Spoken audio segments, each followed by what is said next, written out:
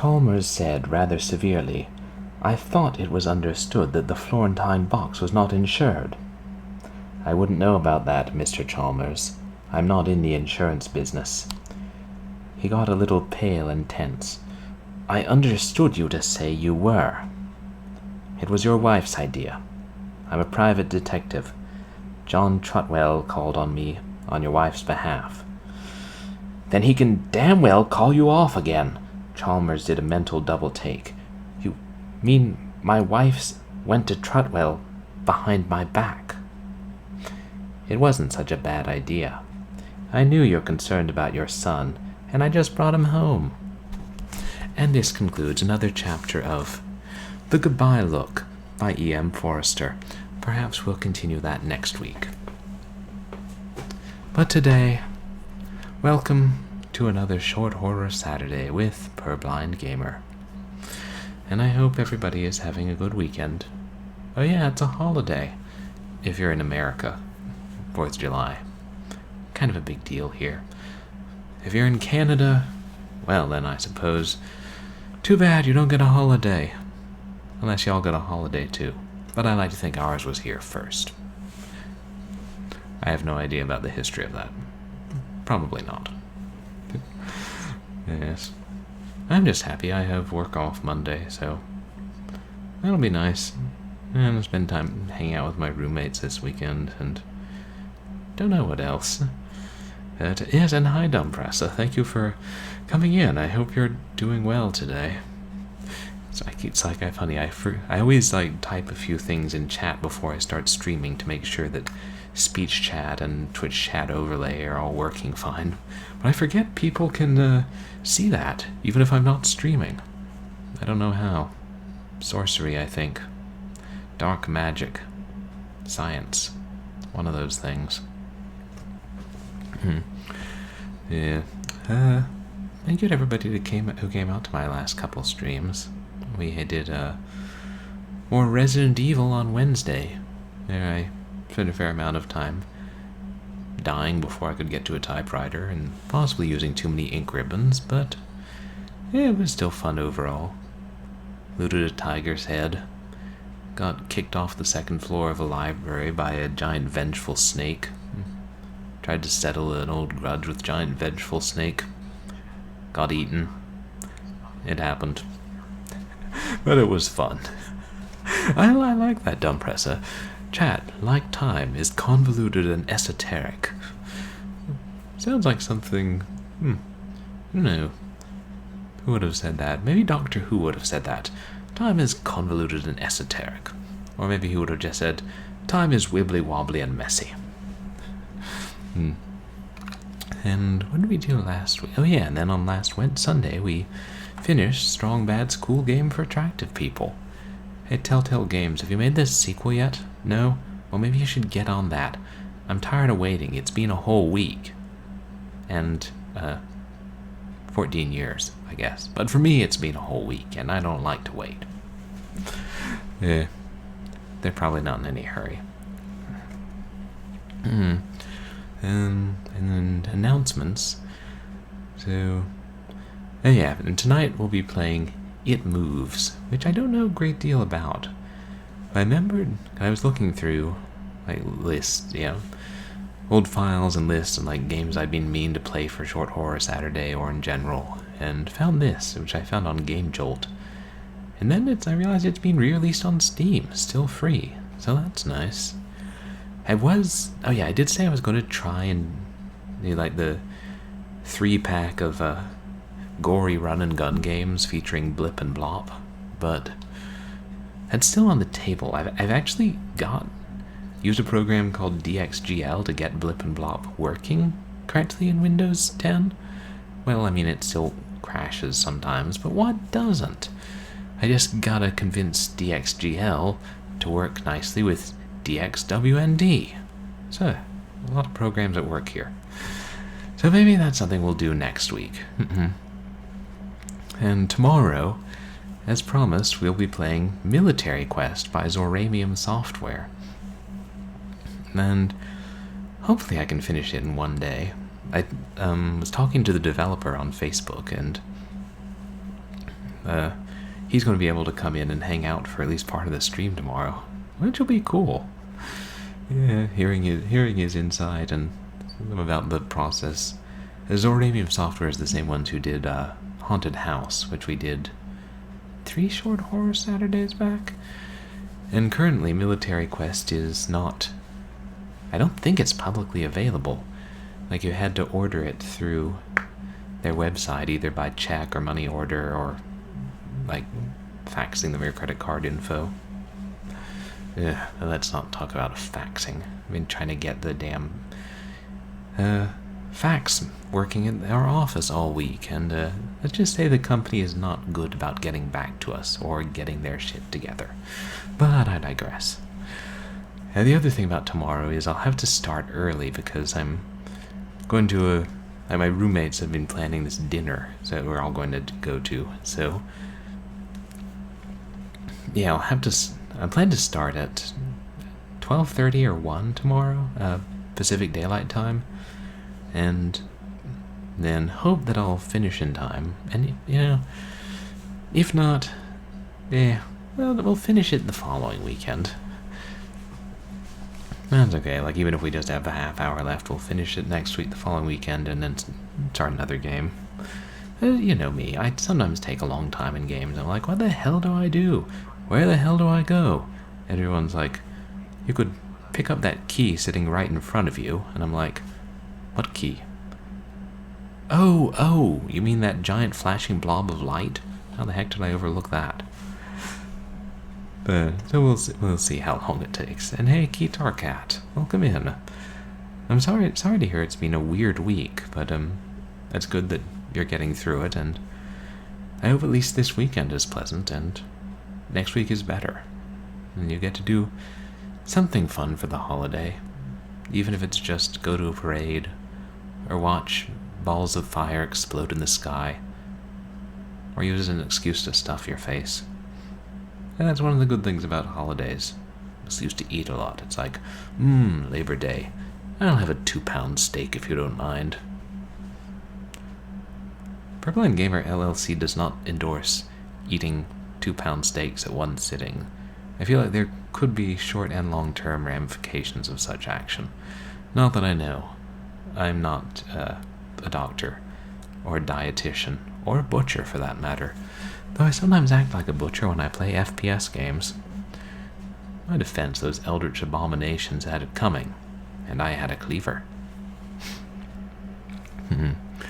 I think today's game will be not too bloody, but hopefully eerie. It's based on a short story, actually, which I'm not familiar with. But it's always interesting to see other things being adapted into games. And I guess that's all the important stuff going on. And I can talk about other crap at work, but I don't think I can talk about me. Alright, enough stalling. I kind of forgot to post the stream announcement on MySpace until like 2 minutes before stream, and then I was like, oh shit, forgot about MySpace. Better do that right now. Posted it more timely on Twitter. 2-pound steaks. 2 1-pound steaks, or 2 pounds of steak. Now the real question is, which weighs more? Or which is more dense? Or more filling? Yeah. I feel like this could be some sort of a shady marketing thing where you charge different amounts. Well, yeah. 2 1-pound steaks. Makes sense that those would cost a lot more than 1 2-pound steak. Damn it, now I want steak. And I don't trust myself to cook steak without burning the house down or something. I mean, you just throw it in the oven, right? Apparently cooking's complicated sometimes. I found out through trial and error last week you're not supposed to cook hard-boiled eggs in the microwave. Wait, and it is kind of there in the title, but it's also you can boil water in the microwave, so if I were to put a coffee mug of water in the microwave and put a raw egg in it and microwave it for 2 minutes, maybe that would be a workaround to the issues that last week's cooking session generated. Yeah. So maybe you can cook hard-boiled eggs in the microwave. Seems like it would be quicker than the stovetop.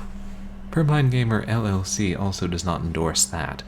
And anything I say, even remotely referencing a kitchen, should not be taken as advice. Except when I say that you should probably mop the floor semi-regularly. I think that's pretty safe. Just don't mop it with molasses. Okay, we're starting the game now.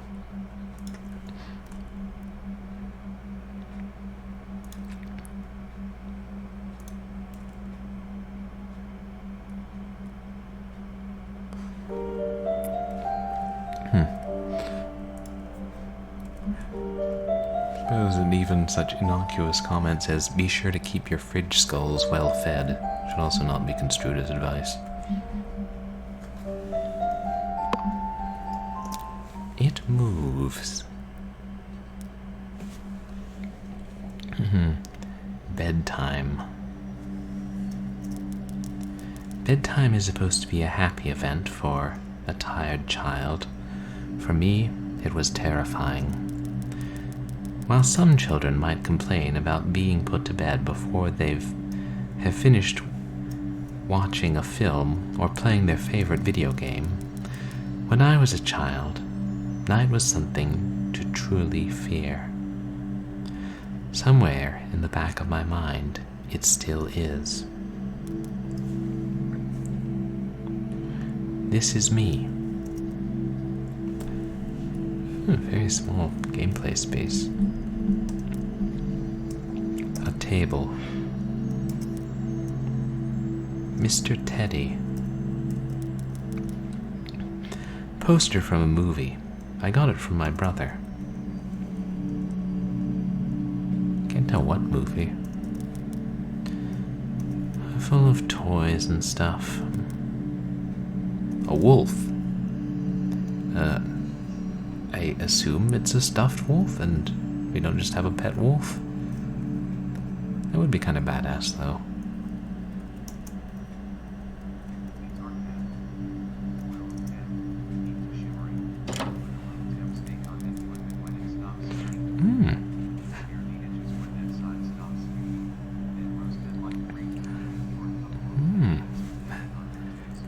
Cook it in the pan with the oil. Sear it in the pan. Roast it at 350 for 10 minutes. Okay. And you know, when you put it that way, Guitar Cat, cooking a steak doesn't actually sound that hard. It probably isn't. I just haven't tried it. I mean, I've cooked other forms of meat like pork chops and such in the oven, so it probably isn't that hard. I should try it out one of these days. Wait, have I tried to cook? No, I don't think I have tried to cook a steak. There's plenty of other things. Okay, shimmering oil pops when you drip water in it. But it's good it doesn't explode. Thank you, Guitar Cat. Maybe I'll do a cooking stream one of these days. I cannot prove that what happened to me was objectively real. But I can swear that what I experienced was genuine horror. A fear which in my life, I'm glad to say, has never been equaled. I will relate it to you all now as best I can. Make of it what you will. But I'll be glad just to get it off my chest. Oh shoot, I also forgot to announce at the start of stream that as we met the community challenge, we will be playing that game, but not for the next couple of weeks, but sometime soon. Talk more about that at the end of stream. Oops. Oh, there I am. Flowers. Mom put these here. This is my father. Don't go pulling out too much stuff now. It's bedtime soon. Shoes. Not very interesting. A picture of a man standing around. I think it's my dad when he was younger. I can't remember exactly when it started, but my apprehension towards falling asleep seemed to correspond with me being moved into a room of my own. This is my mother. How do you like your new room? Soon you'll be sleeping alone for the first time.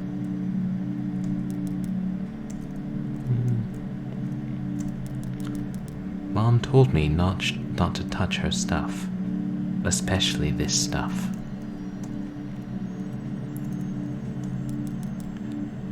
Clothes. A man with a mustache. Maybe it's Clark Gable. Ventilation. I think Mom said this is. Boxes. Nothing interesting.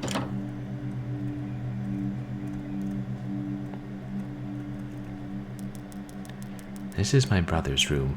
He told me yesterday to keep out of the room that we both had shared until then. I was 8 years old at the time, and until then I had shared a room quite happily with my older brother. As is perfectly understandable for a boy 5 years my senior, my brother eventually wished for a room of his own, and as a result, I was given the room at the back of the house. As my brother was given a new bed, I was given the bunk bed which we used to share. While I was upset about sleeping on my own, I was excited at the thought of being able to sleep in the top bunk, which seemed far more adventuresome to me. It's locked, stupid bro. Picture of some mountains.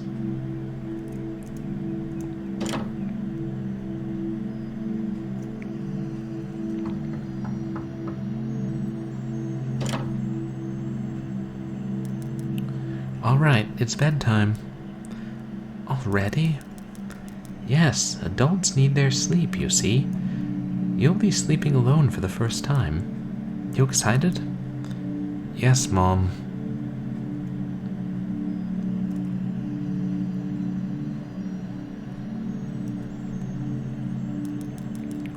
Alright, I'm turning off the lights. Good night. Good night.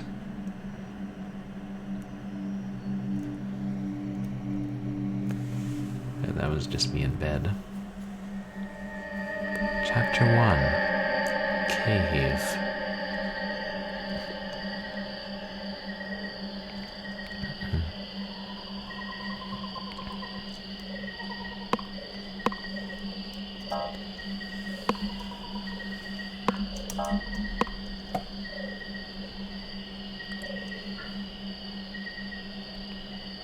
This had made an RPG maker. Oh, there I am. The way is blocked.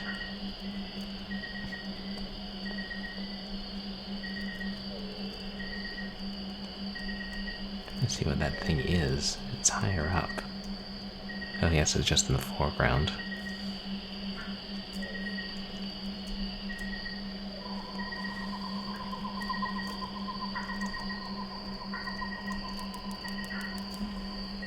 A small water hole. The water is dirty. Probably not a good idea to drink it.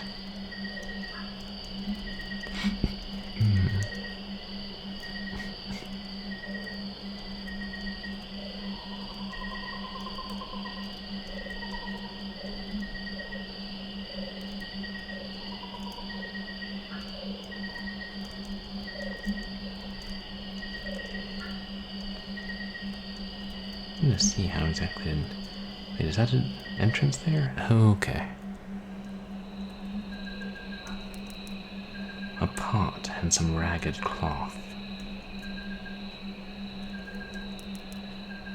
I wonder what's cooking. Oh, it's like a stew pot on the fire.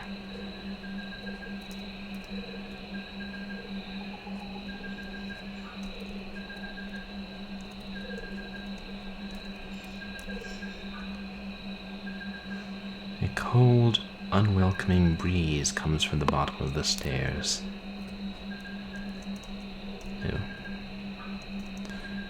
doesn't seem to be any other places we can go, so down we go.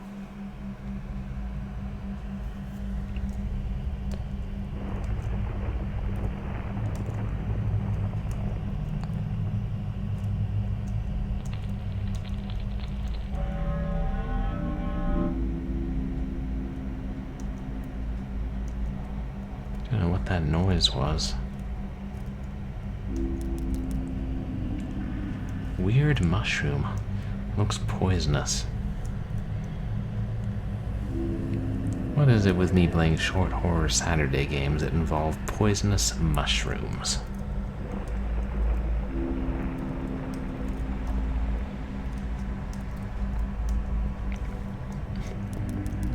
A purple mushroom.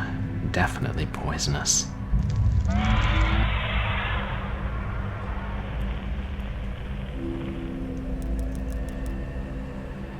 There's red liquid seeping out from the mushroom hat.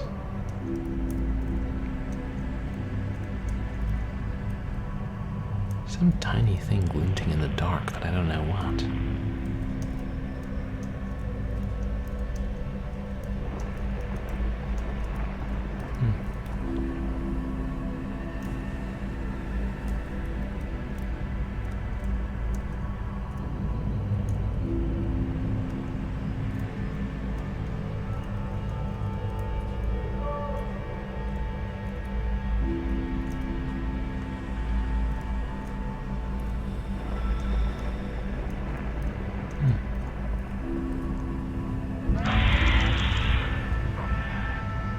I think there was something there.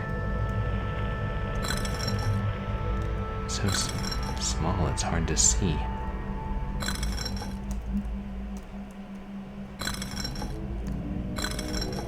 Oh, okay. Like pressure plates.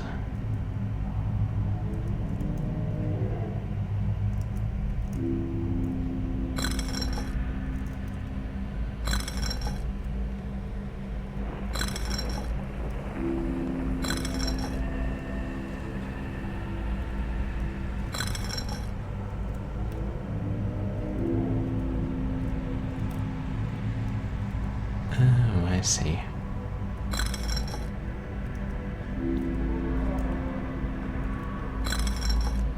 You can't see. Okay, so the upper left resets everything.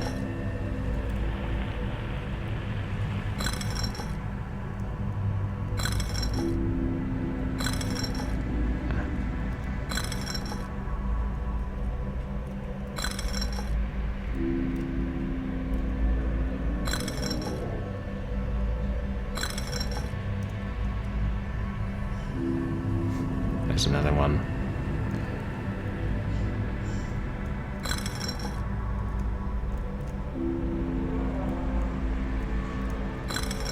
So it doesn't automatically reset them.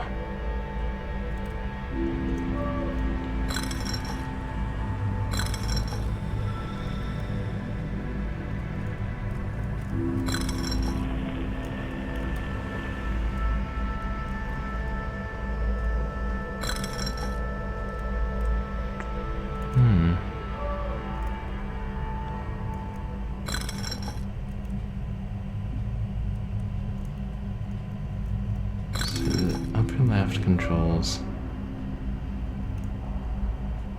first and third, I think.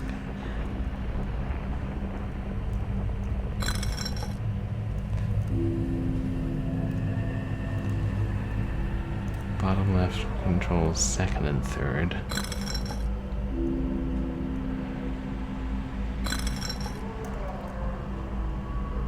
Oh, good.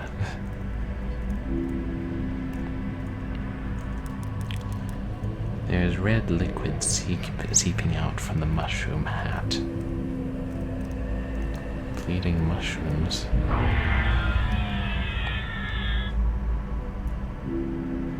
You guys see anything appearing when these noises are happening? I thought I did, the one just before the pressure plates.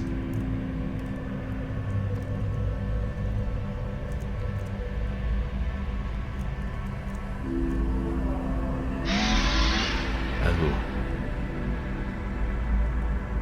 I think it was a large face.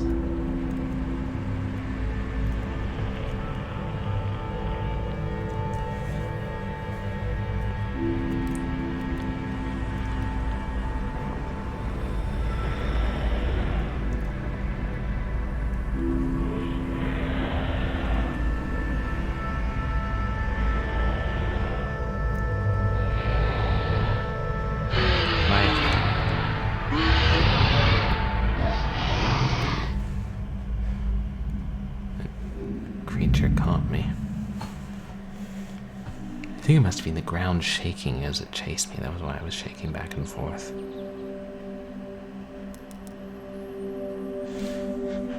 Mom, I had a bad dream. Mom.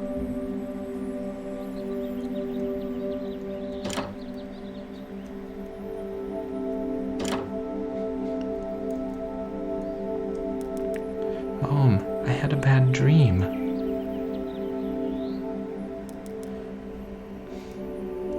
Sweetie, what's wrong? I had a bad dream. Oh, that's too bad, sweetie. I'll be up in a minute and we can eat breakfast together. All right, hurry up. Go change your clothes and I'll be right there. So it's morning now.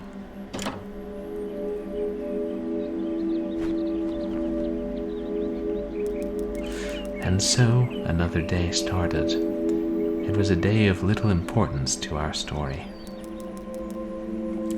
I won't bother you with the details. The one thing I remember is that even though I played with friends like I always did, I somehow still felt lonely. I didn't enter my new room until later that night. It was time to go to sleep again.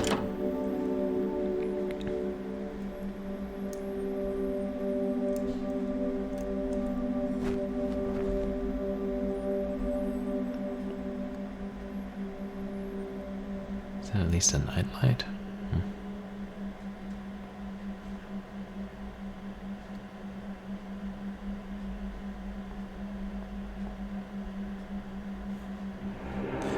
Chapter 2, Labyrinth.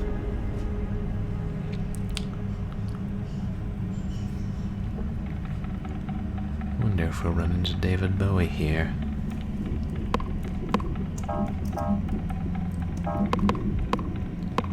Can't overwrite.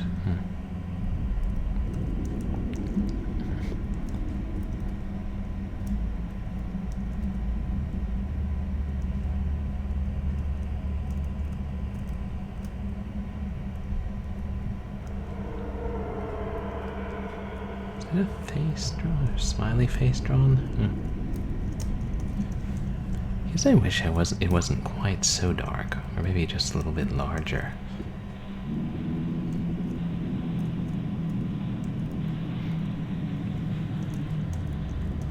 And now I'm seeing faces in all the rock. What's the word for that?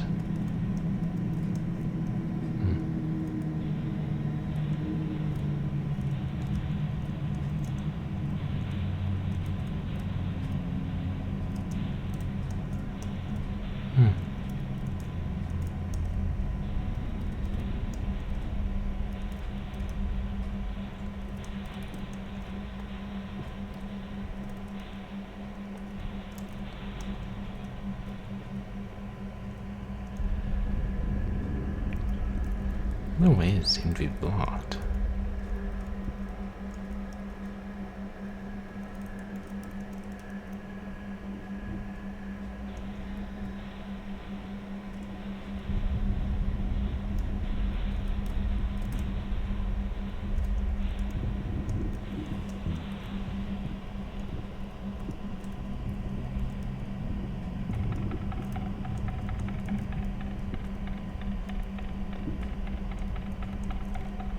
It looks like a picture on the wall.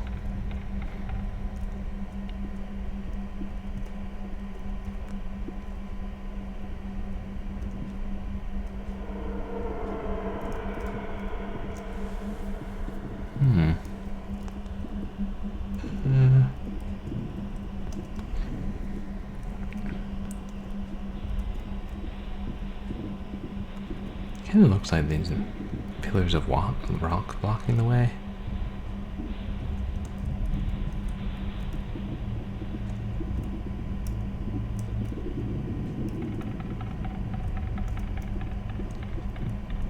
Pretty sure those are faces. Two smiling, two frowning.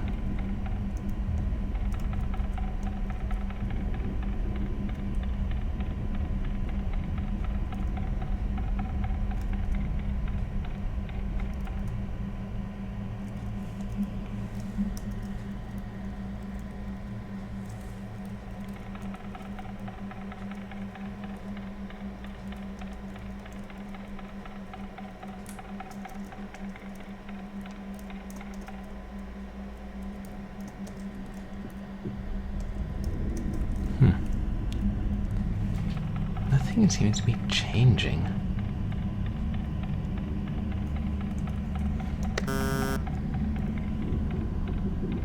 Okay. It's like a tiny dark circle.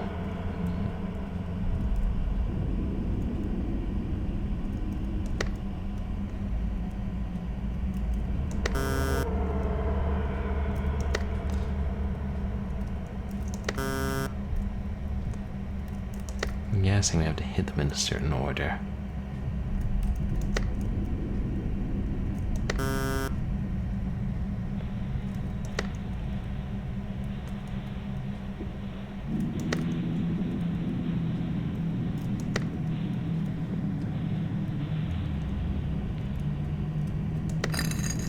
There.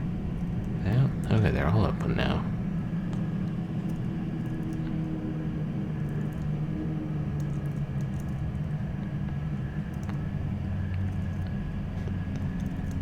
How big this labyrinth is.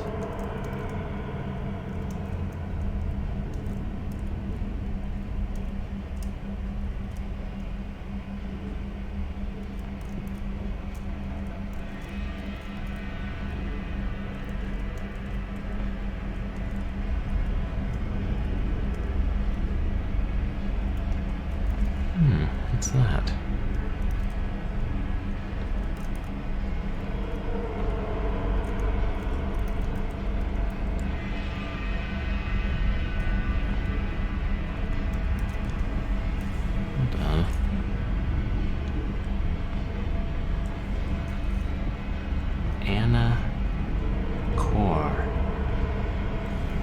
I think it says Anna Core.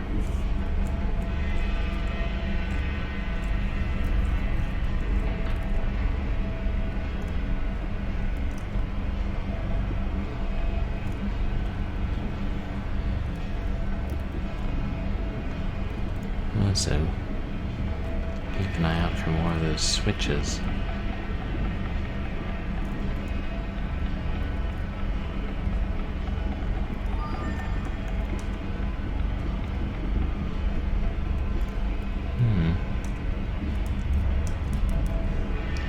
Some kind of machinery.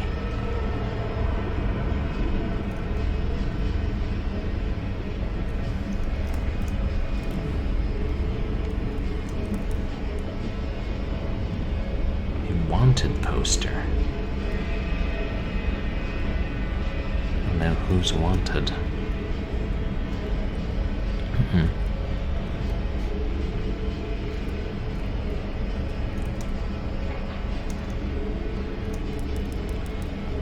Ventilation? Maybe?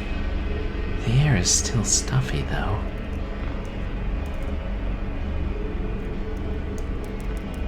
A poster for some concert.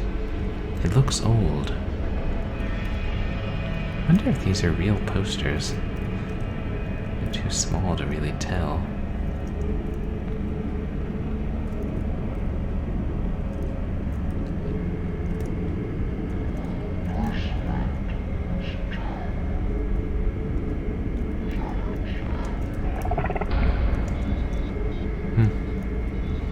Yeah, boy. Psychorama. Nothing of interest, I think.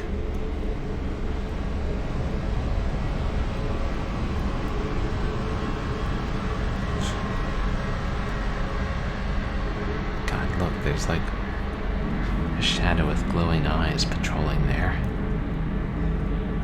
Whenever I'm not there. Looks like a fan.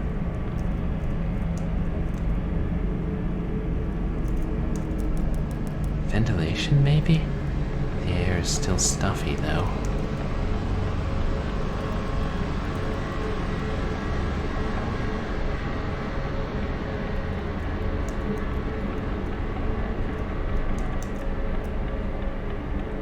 Yeah.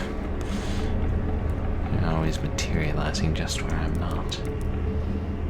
Instructions on how to use a fire extinguisher. What do all these things add up to?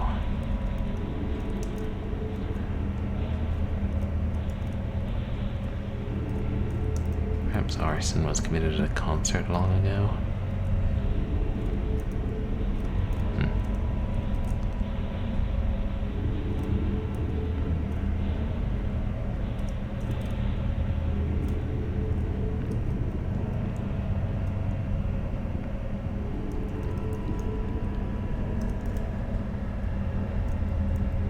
I don't know whether the Shadow Men are following me or they just always patrol their same areas.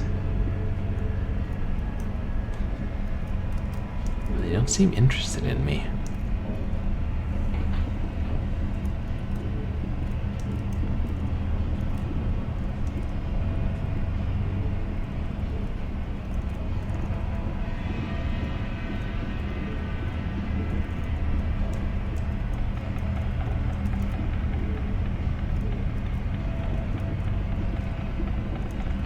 Being up there. There's the fan. This is where I started.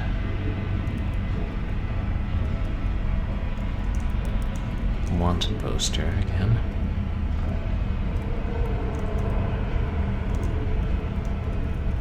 Ventilation? Yeah.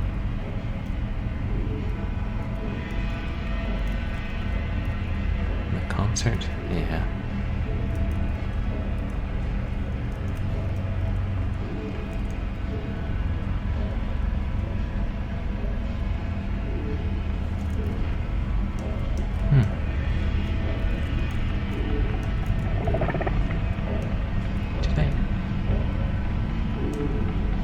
Did I interact with something?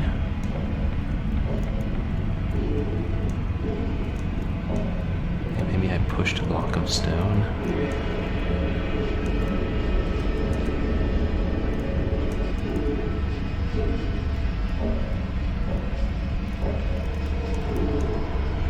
Okay, I'll look for patches of floor, which I think I should be able to walk on, but can't.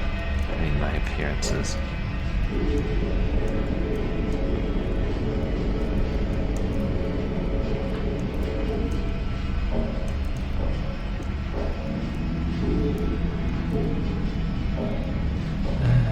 Keep looking through that way up there.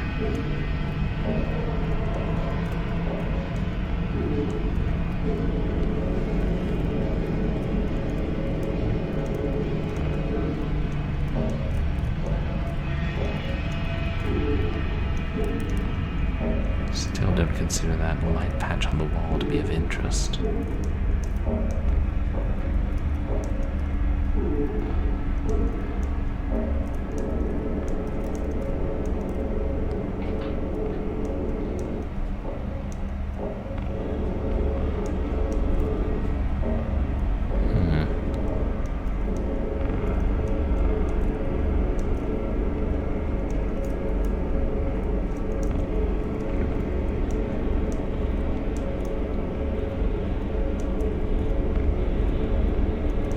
Extinguisher.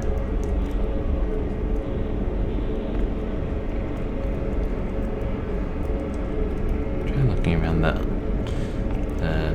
northwest area of the map.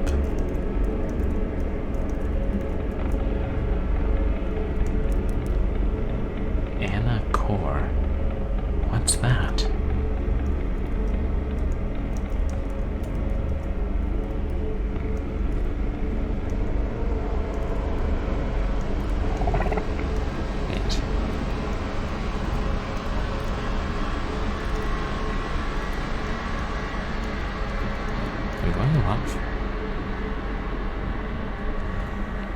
Does it look like there's a really faint after image of eyeballs and teeth over the screen? Maybe I'm just seeing things.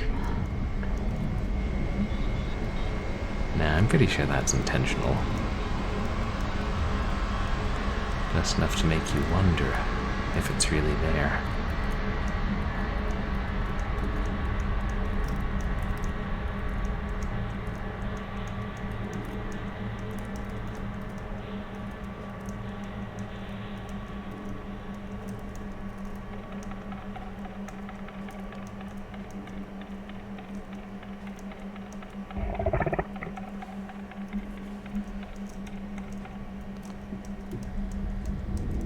I can't see whatever I'm supposed to be interacting with, so I'm just going to be pressing spacebar as I wander.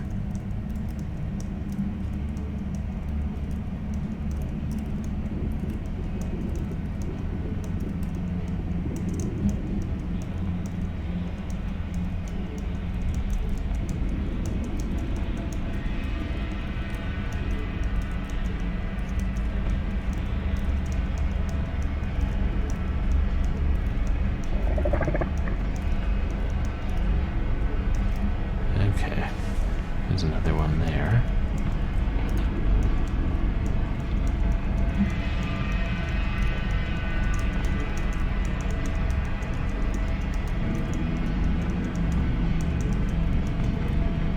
I guess I'm supposed to be running from whatever this thing is. Oh. That was creepy.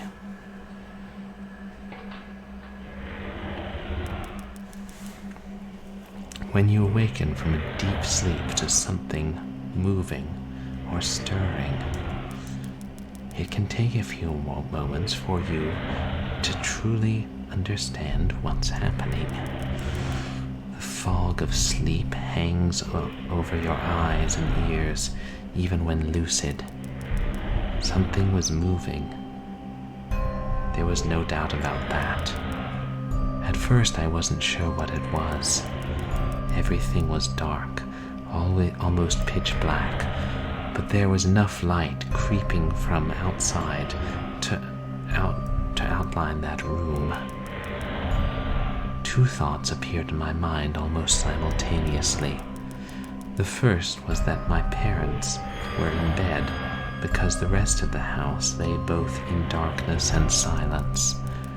The second thought turned to the noise, a noise which had obviously woken me.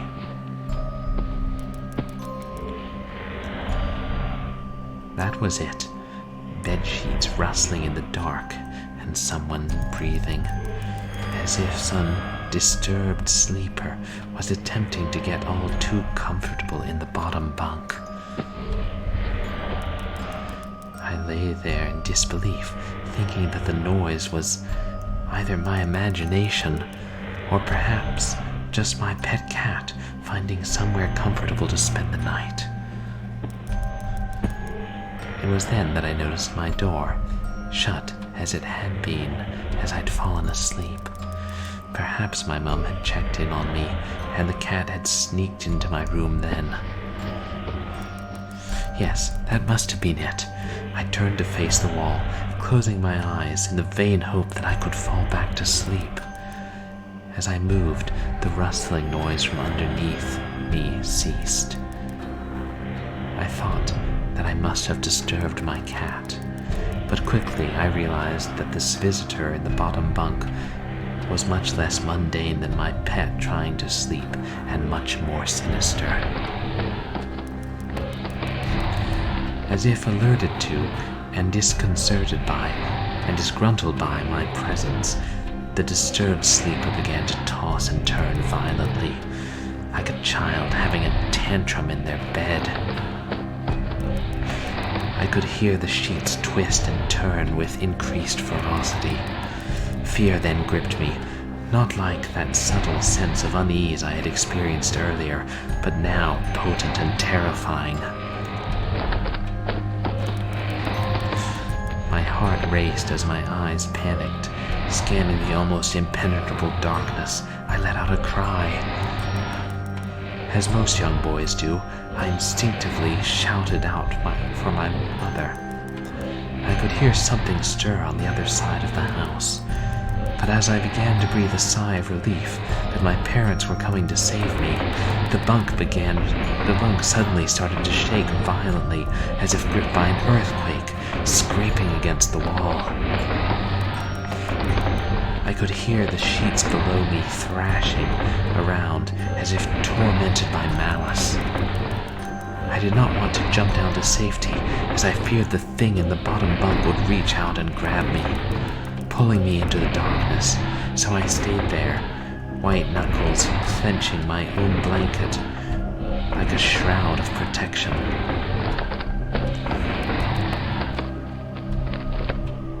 The wait seemed like an eternity. "What's wrong? Did you have a bad dream?" I cried, and my mother consoled me. Tears of fear, followed by relief, streamed down my face.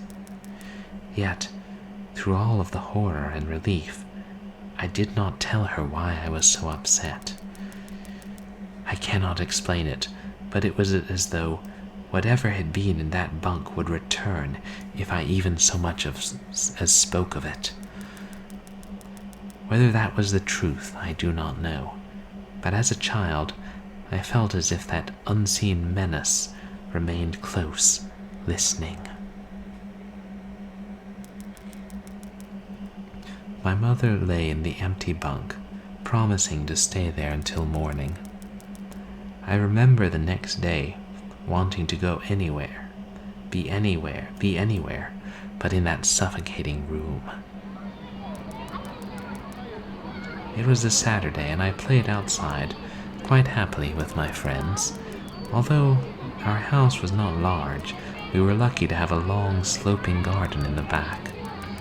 We played there often, as much of it was overgrown and we could hide in the bushes. Climb in that huge sycamore tree which towered above all else, and easily imagine ourselves in the throes of a grand adventure. As fun as it all was, occasionally my eye would turn to that small window in my room. Ordinary, slight, and innocuous. But for me, that thin boundary was a looking glass into a strange, cold pocket of dread. Outside, the lush green surroundings of our garden filled me with the smiling faces of my friends. Inside, the feeling of something in that room watching me play, waiting for the night when I would be alone, eagerly filled with hate. It may sound strange to you, but by the time my parents ushered me back into that room for the night, I said nothing. I didn't resist or protest. I didn't even make an excuse as to why I couldn't sleep there. I still felt that the thing would be enraged if I so much as spoke of it. Another night came.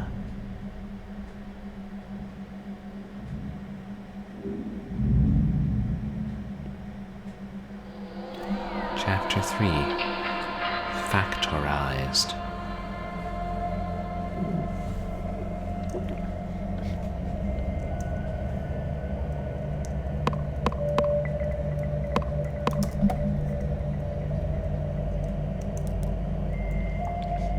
A huge skull.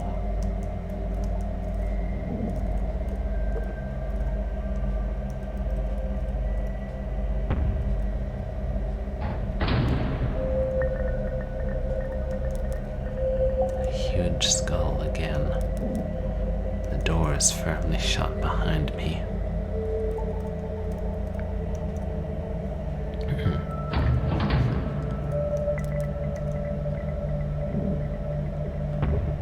Wandering the same room. But in the next room, the skull's eyes began to glow.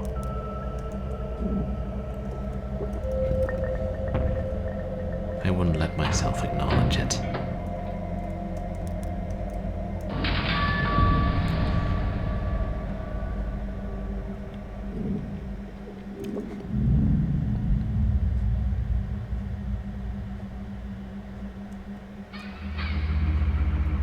Oh dear, is that a pentagram?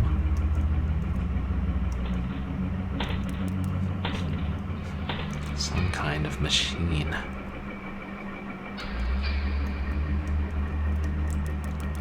Looks like something used to pour out of these.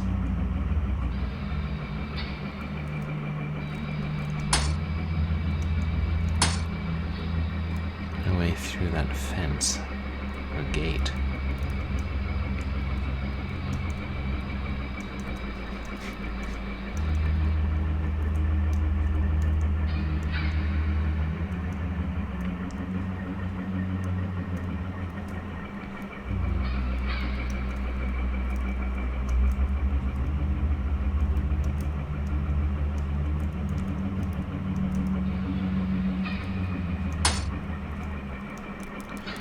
A large fan circulating the stuffy air. Looks almost like the lights on the runway at an airport.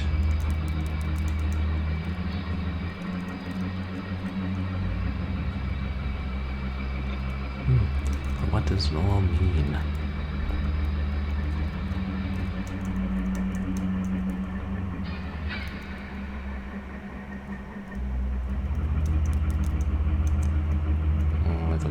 Fans.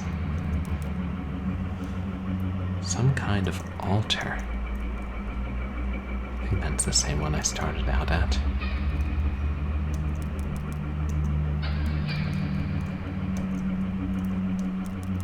Looks like something poured out of these, or of those pipes.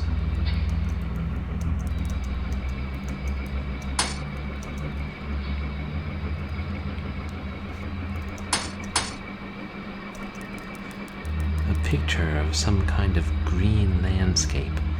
The picture is in too bad shape to make out any details.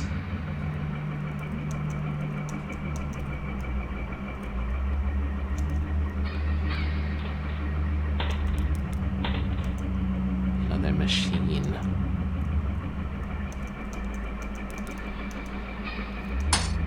Everywhere machines and fans.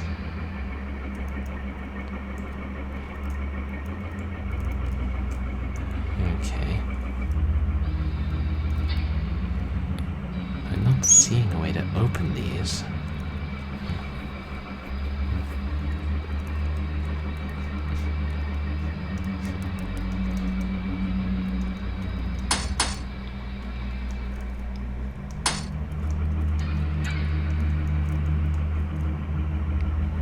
Maybe there are tiny switches on the walls somewhere.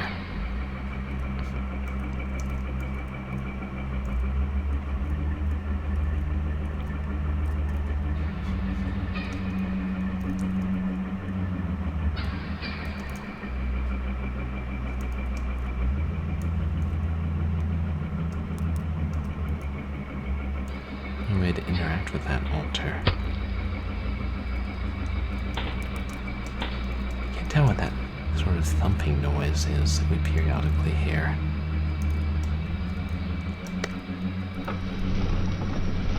Ah. It did something.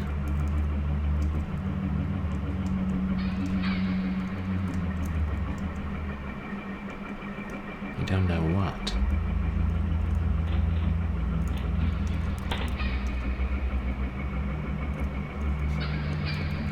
No. Unless it raised one of the other fences.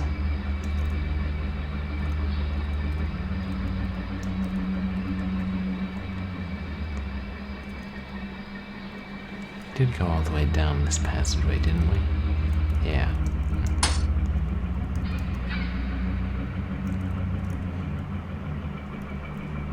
More metal bars blocking our progress.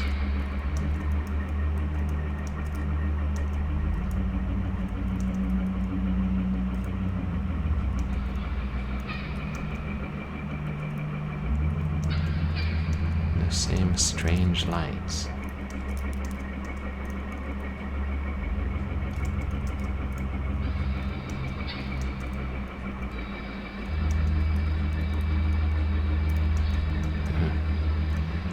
It's hard to tell the wall from the floors.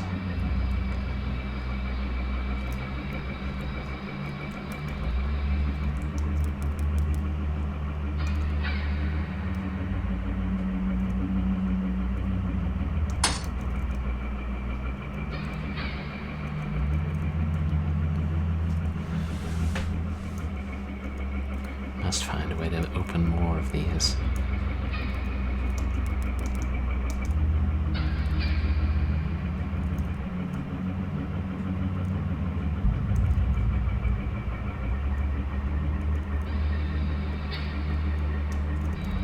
And this one is open now.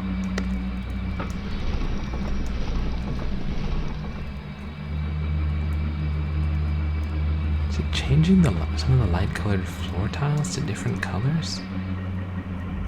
Can't tell what it's doing.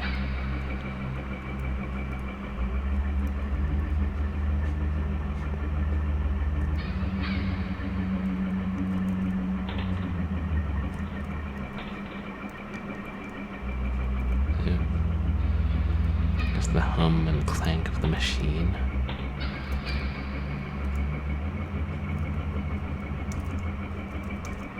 We'll just have to wander around again until we see what that one did. This is the first one again.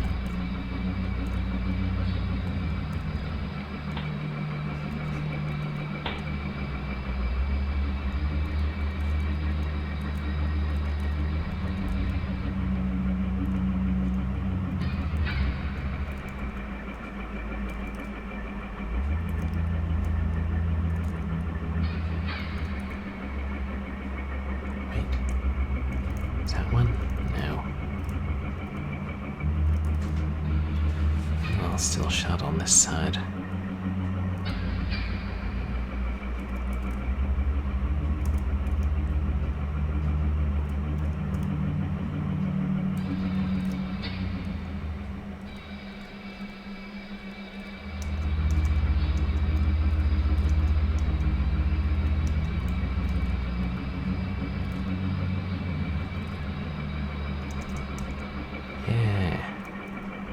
Let's watch the floor tiles. A creepy mask. No, nothing changed.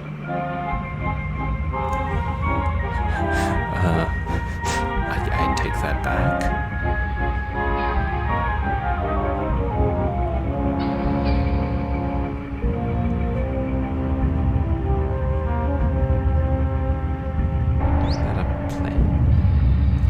No, shit, that was a mask.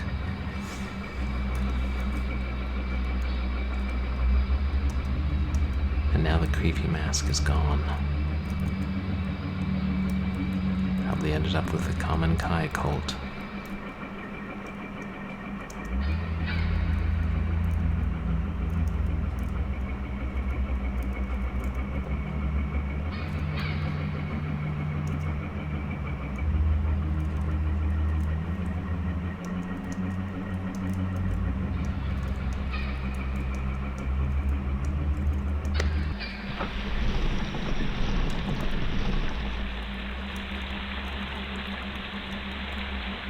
Oh, something's pouring out.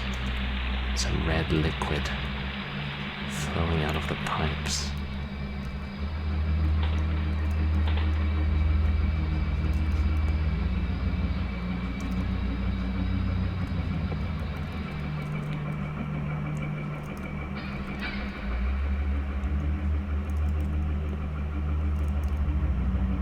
This is what we already did.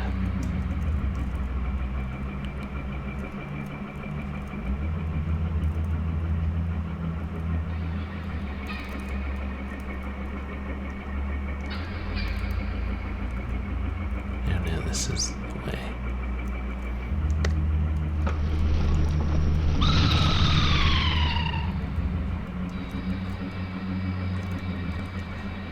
I don't know what that was.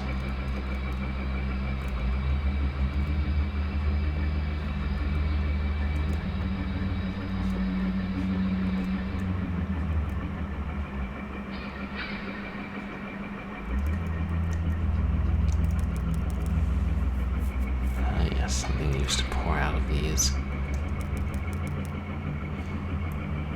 More lights on the runway. We'll make something pour out of them yet again. Blood, I would assume. Oh.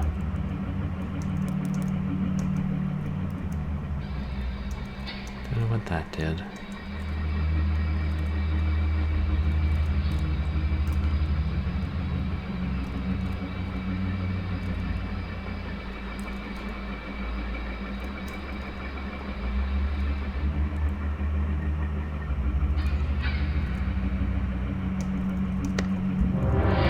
Last one.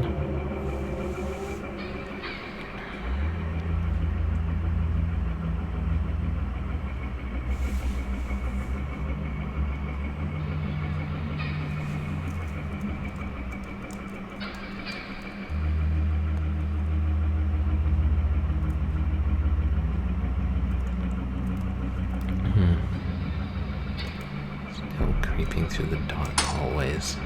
Trapped now.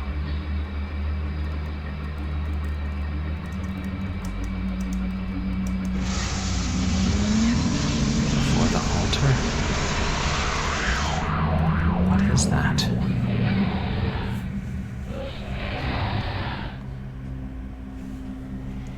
It's funny how certain words can remain hidden from your mind, no matter how blatant or obvious they are. One word came to me that night, lying there in the darkness alone, frightened, aware of a rotten change in the atmosphere. A thickening of the air as if something had displaced it. Your basement. Hey, Slarty Bardfast, welcome in. As I heard the first casual twists of the bed sheets below, the first anxious increase of my heartbeat, had the realization that something was once again in the bottom bunk. That word. A word which had been sent into exile, flitted up through my consciousness. Breaking free of all repression, gasping for air, screaming, etching and carving itself into my mind. Ghost. As the thought came to me, I noticed that my unwelcome visitor had ceased moving. The bedsheets lay calm and dormant, but they had been replaced by something far more hideous. A slow, rhythmic, rasping breath heaved and escaped from the thing below. I could imagine its chest rising and falling with each sordid, wheezing, and garbled breath. I shuddered and hoped beyond all hope that it would leave without occurrence. The house lay as it had the previous night, in a thick blanket of darkness. Silence prevailed, all but for the perverted breath of my, as yet unseen bunkmate. I lay there terrified. I just wanted this thing to go, to leave me alone. What did it want? Then something unmistakably chilling transpired. It moved. It moved in a way different from before. When it threw itself around the bottom of the bunk, it seemed unrestrained, without purpose, almost animalistic. For that thing lying there in the darkness, that which seemed inert, intent on terrorizing a young boy, calmly and nonchalantly sat up. Its labored breathing had become louder. Now, only a mattress and a few flimsy wooden slats separated my body from that unholy thing beneath. I lay there, my eyes filled with tears.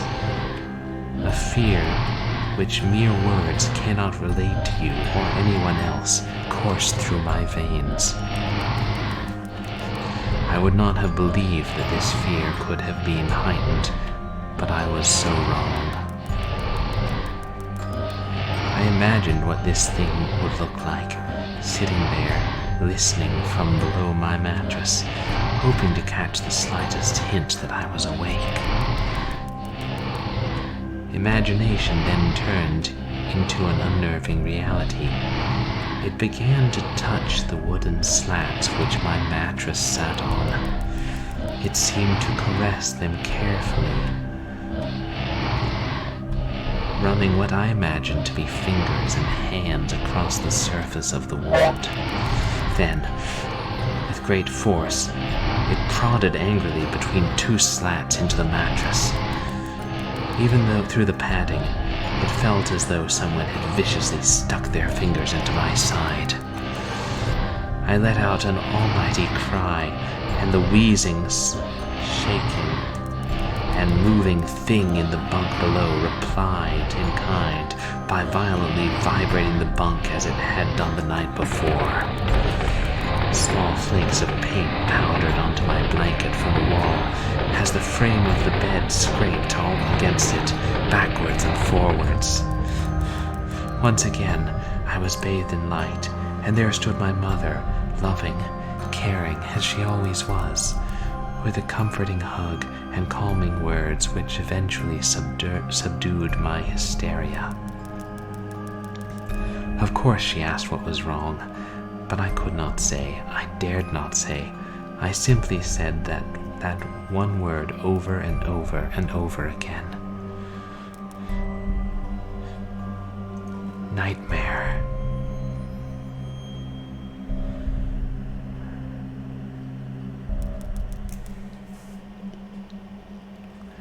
This pattern of events continued for weeks, if not months. Night after night I would awaken to the sound of rustling sheets. Each time I would scream, so as not to provide this abomination with time to prod and feel for me. With each cry, the bed would shake violently, stopping with the arrival of my mother, who would spend the rest of the night in the bottom bunk, seemingly unaware of the sinister force torturing her son nightly. Along the way, I managed to feign illness a few times and come up with other less than truthful reasons for sleeping in my parents' bed. But more often than not, I would be alone for the first few hours of each night in that place, the room where the light from outside did not sit right, alone with that thing. With time, you can become desensitized to almost anything, no matter how horrific. I had come to realize that, for whatever reason, the thing could not harm me when my mother was present. I am sure the same would have been said for my father, but as loving as he was, waking him from sleep was almost impossible. Waking me, on the other hand, was no trouble at all, thanks to the nightmares.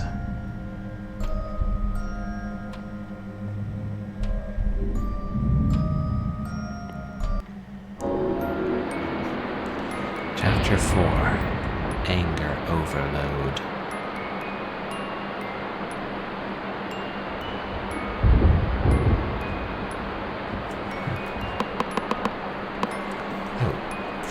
Before I forget it, I should give a shout out. How are you doing, Slarty Bardfast?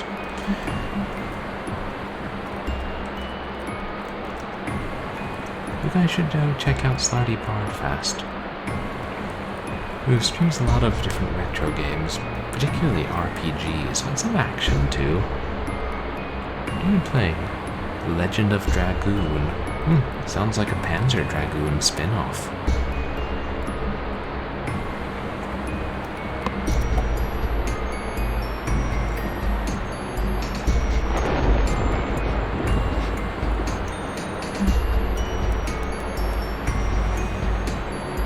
Painted glass depicts some religious man, I guess.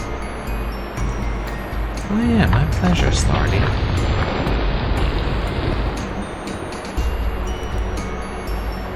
Earthquake?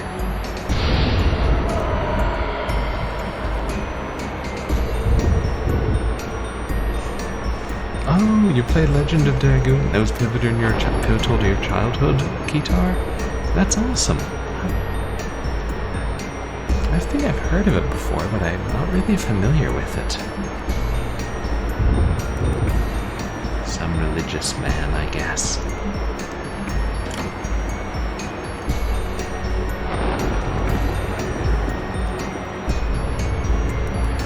The painted glass depicts a scene from the Bible.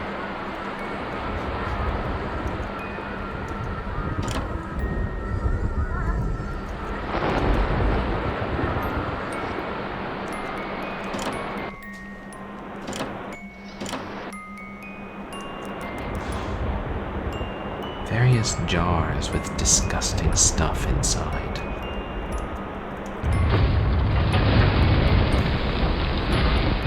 It's like a wall of skulls.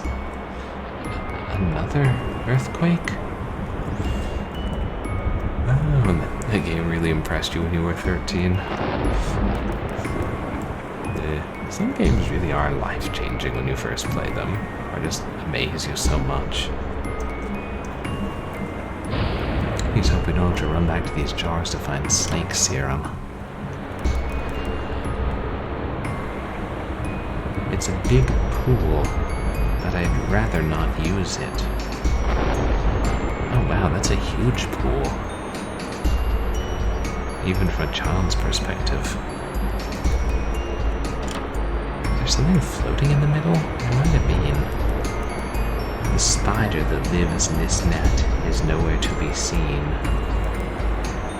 Oh, looks like a map.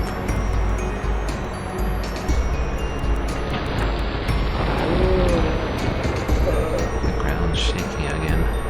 The picture depicts a couple of men standing in front of a car.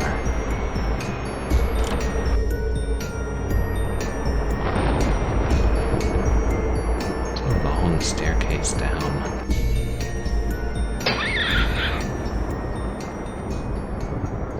Trapped in now.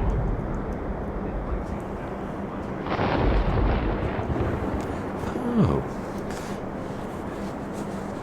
That game was your first exposure to a badass magical girl? And if I turn your trans identity, that's... Ouch. I just realized we were getting crushed by the wall and floor. Oh, that's so neat, Guitar Cat.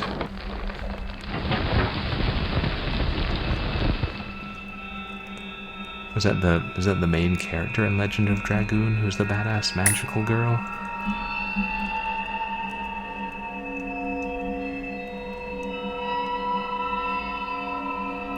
Like large humanoid fingers with their arms crossed. Are they making that noise? Wait, did that one just close its mouth?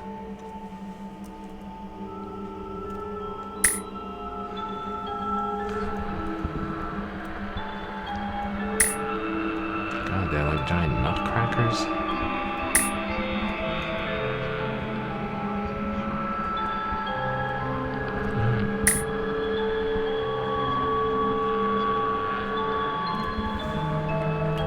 Oh, sorry, magical girl being a genre. I hadn't heard that term used that way before.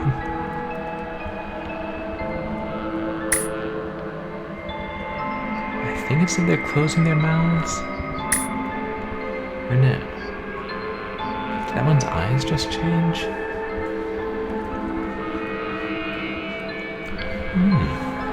Hey, I like stories with dark moments.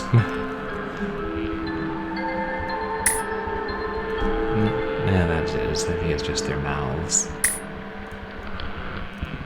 I keep going through the same room.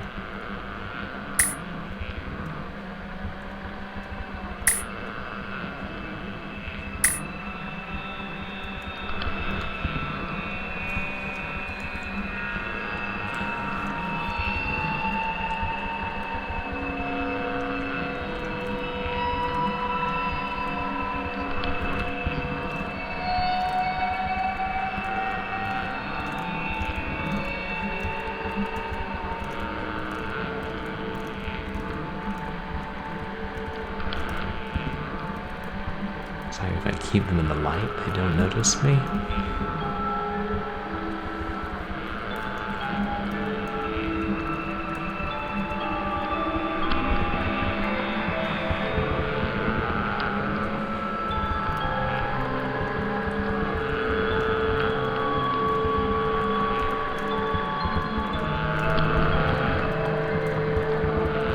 It's like a combination, and you have to only trigger certain ones.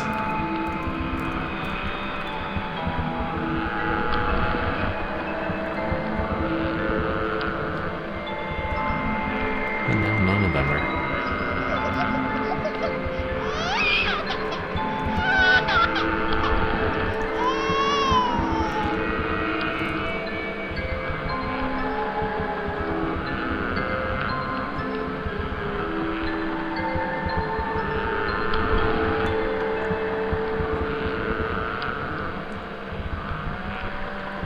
They're clothing their mouths now, but the room keeps repeating.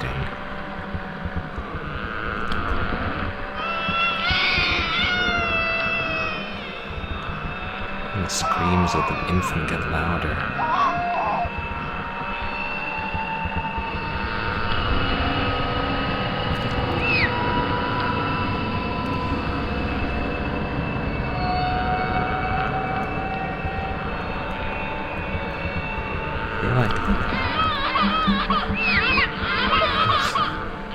The infants with the heads of old men?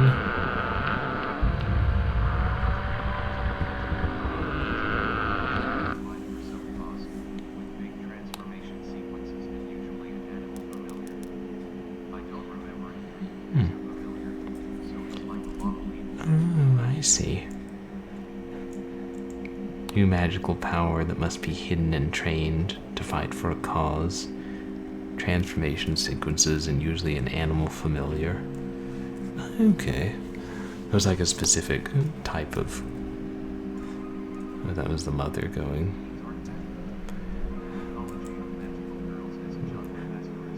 Gotcha, that's the magical girl genre.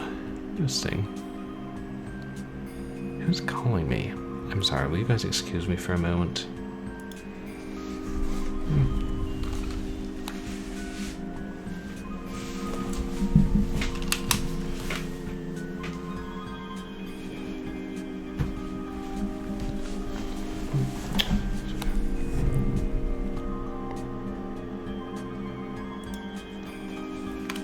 Sorry, that was my phone. Nothing important.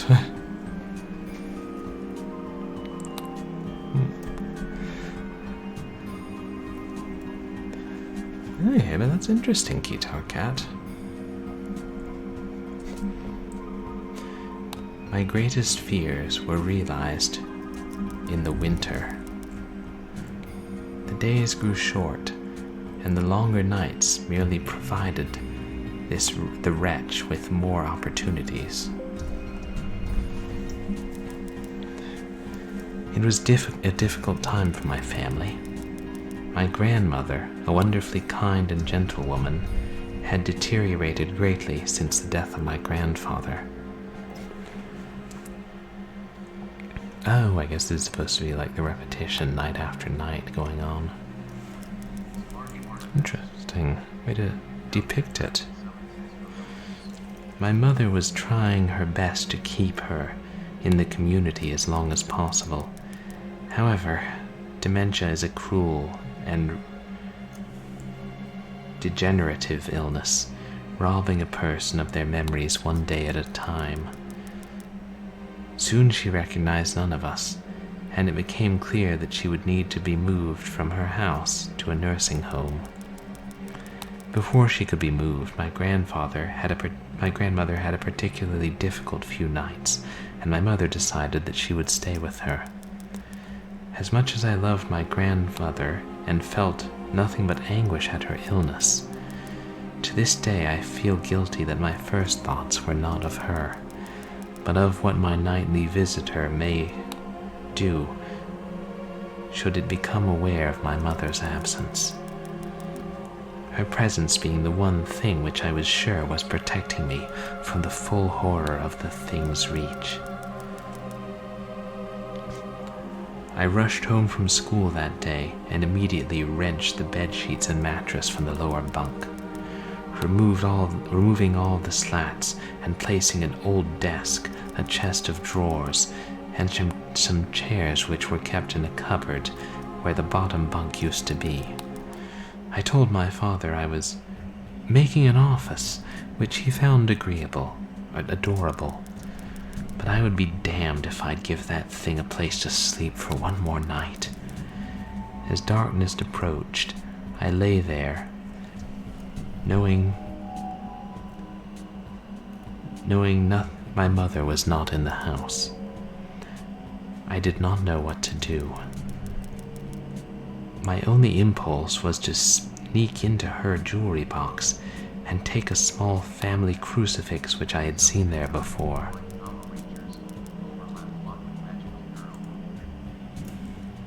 While my family were not very religious, at that age I still believed in God and hoped that someone would protect me. Oh, Sentai, is that a genre like similar to Power Rangers? Oh, like where they summon the large creatures, or in the case of Power Rangers, the Zords. Although fearful and anxious, while gripping the crucifix under my pillow tightly in one hand, sleep eventually came, and as I drifted off to dream, I hoped that I would awaken in the morning without incidents. Unfortunately, that night was the most terrifying of all.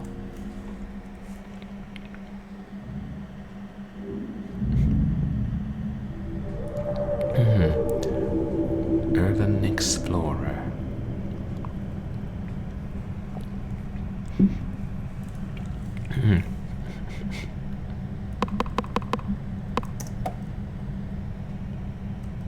Oh, there I am. It says wolf. A poster for a play. Stacks of notebooks. I keep running into posters in this game.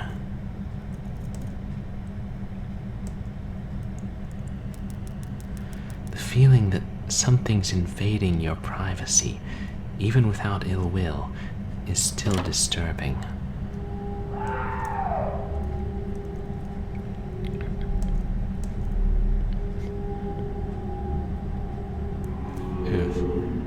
Something down the hall.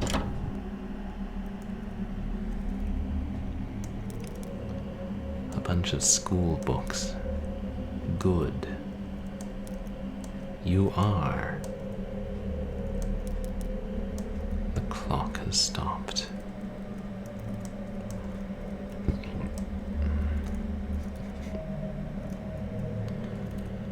I guess we're exploring an abandoned school. Even if you don't know why they are here, you hold the greatest amount of fear for them.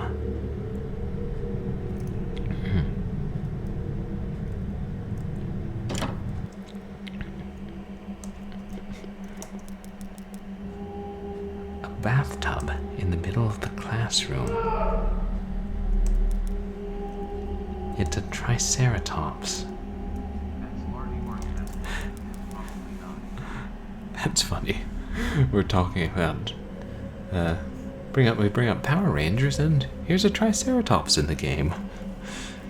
An old picture of what seems to be a religious man and woman. A stack of comic books. School books. But not school comic books. The sounds of screams are awful. They are even worse when they are your own. Oh shoot, that thing just went down another hall. It reminded me a little bit of the Crooked Man.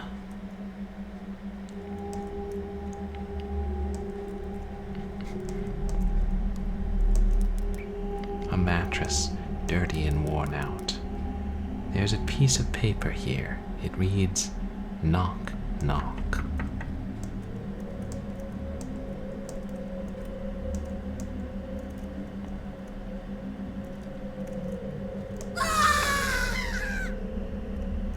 was that thing?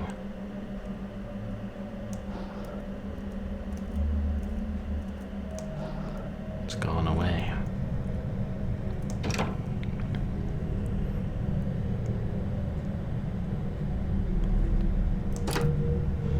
Locked. Don't know what that was. You were seeing. A writing desk with some school material on it.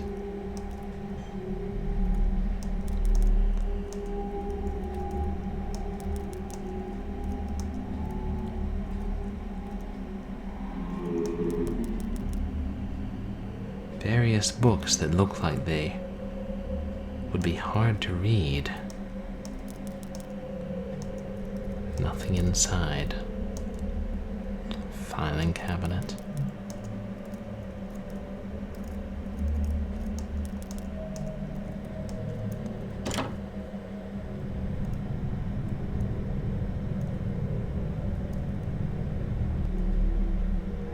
There goes that thing again.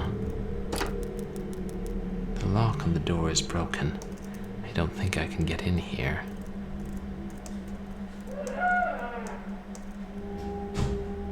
Can't tell if that's the floors caved in or what.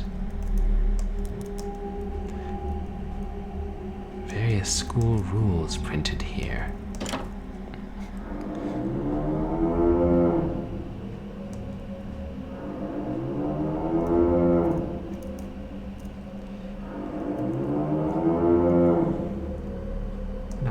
Things.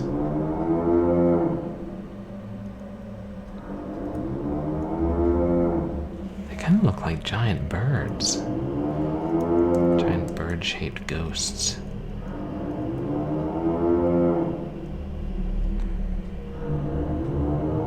Like swans with their neck bent too far back or something.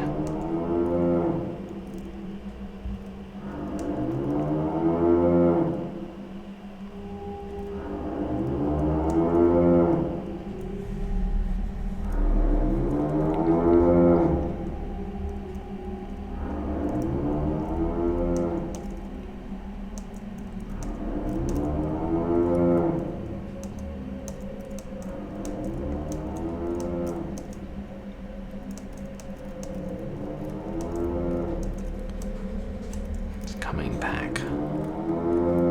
Whatever that thing is.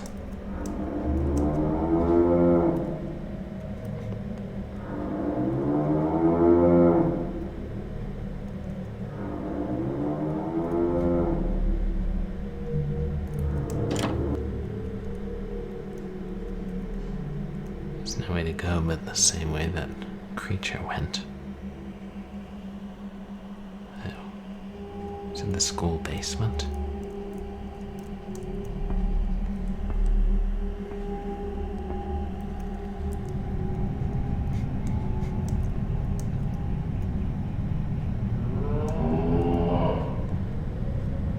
Bare light bulbs insufficient to illuminate the darkness.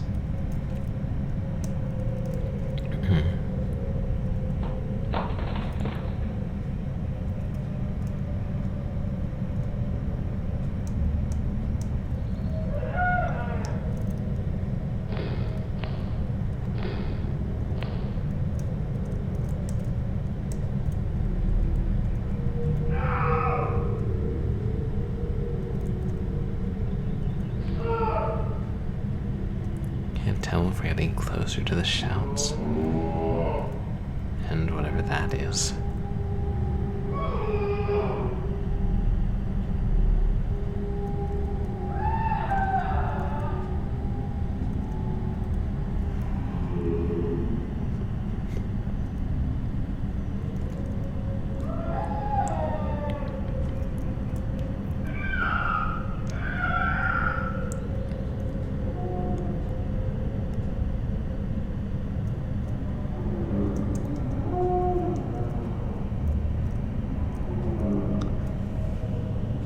Shoot, those things are surrounding me.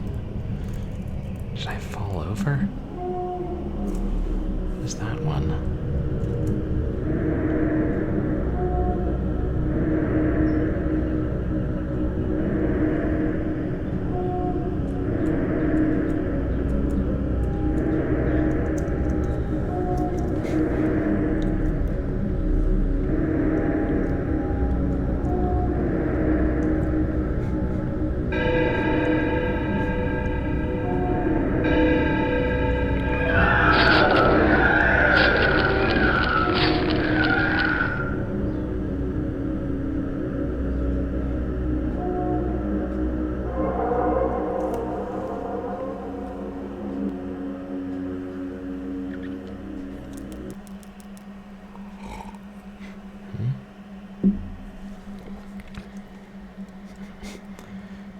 You're awfully quiet nowadays.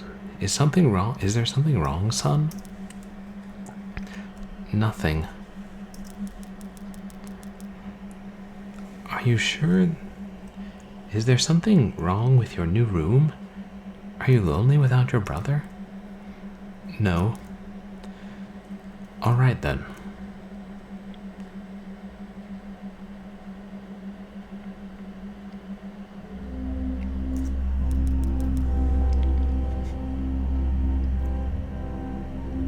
I woke gradually. The room was once again dark. As my eyes adjusted, I could gradually make out the window and the door, and the walls, some toys on a shelf, and even to this day I shudder to think of it, for there was no noise, no rustling of sheets, no movement at all. The room felt lifeless, yet not empty. The night visitor, that unwelcome, wheezing, hate-filled thing which had terrorized me night after night, was not in the bottom bunk. It was in my bed. I opened my mouth to scream, but nothing came out. Utter terror had shaken the very sound from my voice. I lay motionless. If I could not scream, I did not want to let it know I was awake. I had not yet seen it. I could only feel it. It was obscured under my blanket. I could see its outline, and I could feel its presence, but I dared not look. The weight of it pressed down on top of me, a sensation I will never forget. When I say that hours passed, I do not exaggerate. Laying there motionless in the darkness, I was every bit a scared and frightened young boy. If it had been during the summer months, it would have been light by then. But the grasp of winter is long and unrelenting, and I knew it would be hours before sunrise. A sunrise which I yearned for.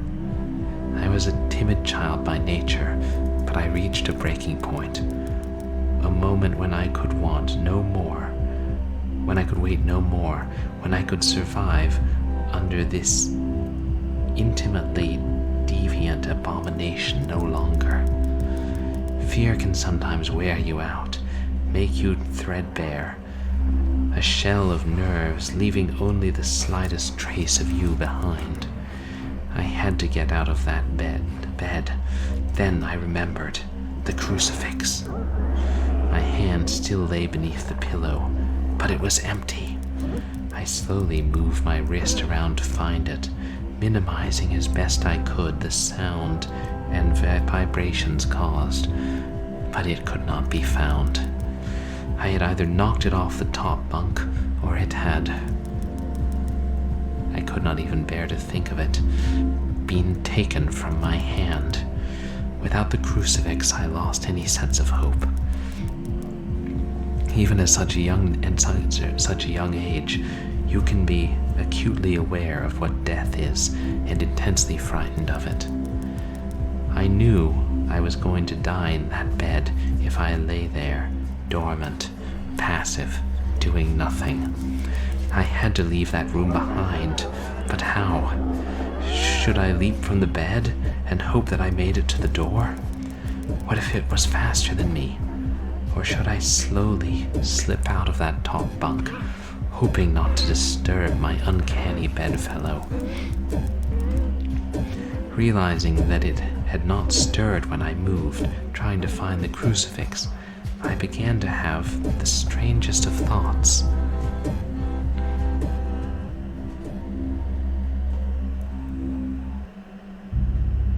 The abyss.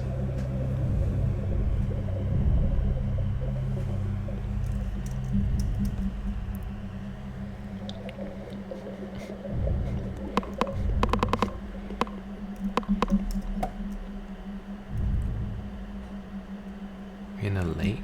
Oh.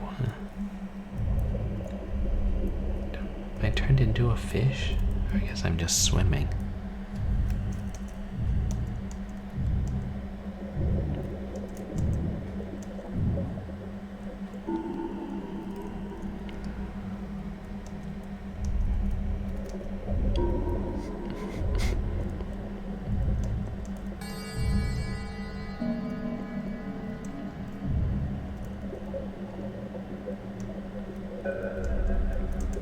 The fish don't seem to pay any attention to me.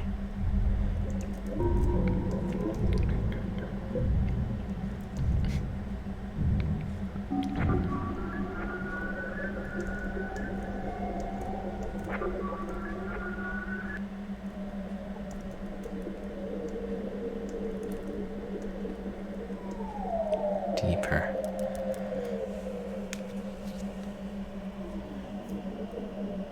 Drain the water and remove diving gear?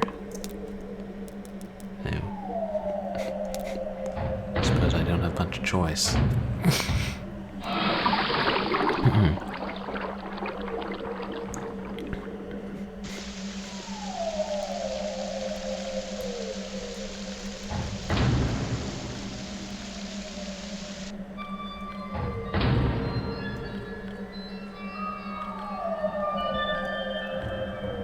Who was that?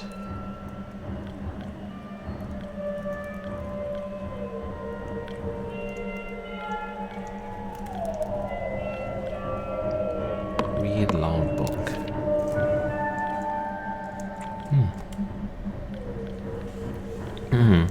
Captain Theodore Fielding, September 2nd, 2007. One of my biggest fears is deep water. Ironic when you consider the fact that I am now working on a mining station thousands of feet underwater in the Mariana Trench. I have always wondered why I was afraid and reached a simple conclusion. The true fear presented here is actually going down beneath the surface into the depths. It's a combination of all of our most common fears. 1. Fear of the dark. When you're at the bottom of a body of water, you can't see anything. It's pitch black. Have you ever tried to swim as far down in a lake as you can? It gets really dark and cold really fast, about 10 feet down.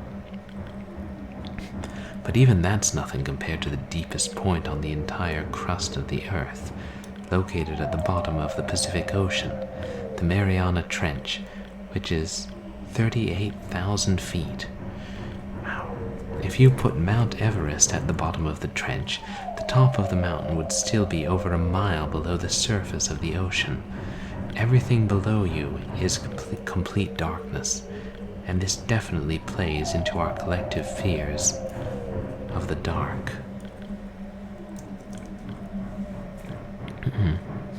Oh, there's an anglerfish.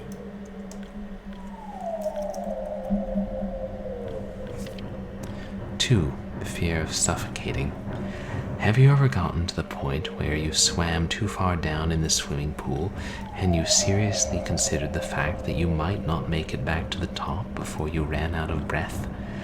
If you've ever been roughhousing as a kid with blankets and pillows and you accidentally got pinned down inside of a sleeping bag or something, and you get to that point where laughter temporarily turns to screaming, you know what a scary concept not being able to breathe is. Even if you have the scuba gear with you down in that deep, dark abyss, there's a chance that a valve could pop out, or you could run out of oxygen. You can't see, and you can't really take a deep breath. Could it get worse? Yes. 3. Fear of the unknown. There are over 1 million species of creatures in the ocean, and scientists estimate that there are an additional 9 million species yet to be discovered. Wow. That means we only even know what 11% of the creatures in the ocean are. Most of the beings in the ocean are things mankind has never seen or heard of. Who knows what could be down there? Think about a time when you were walking in the dark, in a dimly lit basement, trying to find something. All of a sudden, something brushes up against the back of your neck. They become airborne, similar to a frightened cat, and instantly turn around and shine their flashlight to see what it was. It's never anything actually scary.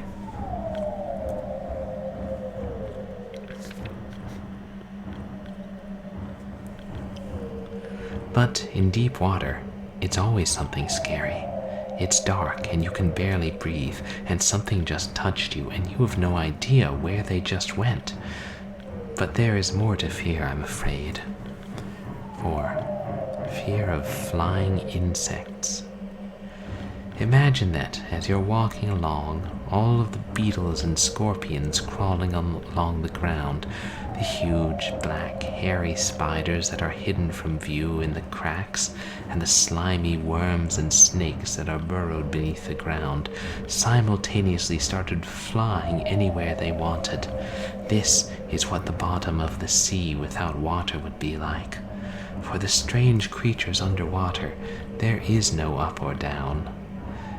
Even the manliest men, even though they appear to be calm, quickly tense up and become filled with a secret fear that the bug might land on their eyeball or fly into their mouth. And that's why men try so hard to kill them. Unfortunately, in deep water, you can't see any of the undiscovered, freakish flying creatures that brush past your body as you gasp at your suffocating throat. Fear of being caught. Imagine that you're running from a bear. You will be eaten if you are caught. And it doesn't help that the bears can run faster sideways than the fastest human can run forward. When you're at the bottom of the sea, everything that is around you was built to move in water. If something truly frightening, like a shark or giant squid, caught sight of you, you could turn the other way and flail about all you want, but the monster will catch up with you in a split second. You can't get away from anything. Even if you had the wherewithal to see and breathe, you couldn't run from the danger. It would simply find you and devour you. There are lots of places that I wouldn't want to be, such as trapped in a burning house or alone in the vacuum of space. But in the burning house, at least I could see, and in space, at least, there aren't any creatures that could get me. There are no other places in the universe that combine as many common fears as 7 miles below the surface of the Pacific Ocean. It is because of the combination of all of the fears that I am so horrified by deep water.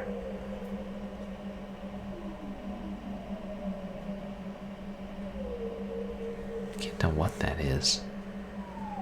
Looks like 5 tentacles attached to a tiny spherical body.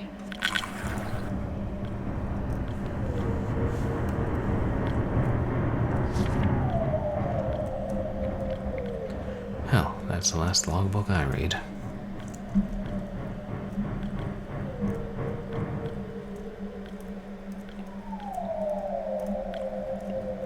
I saw there a jellyfish outside. Human-sized jellyfish.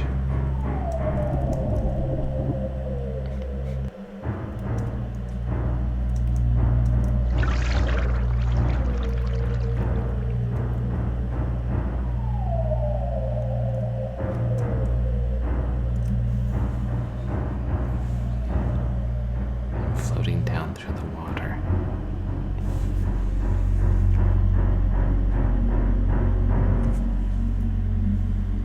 There's something down there. Giant ray, perhaps. I don't know if it ate me or not.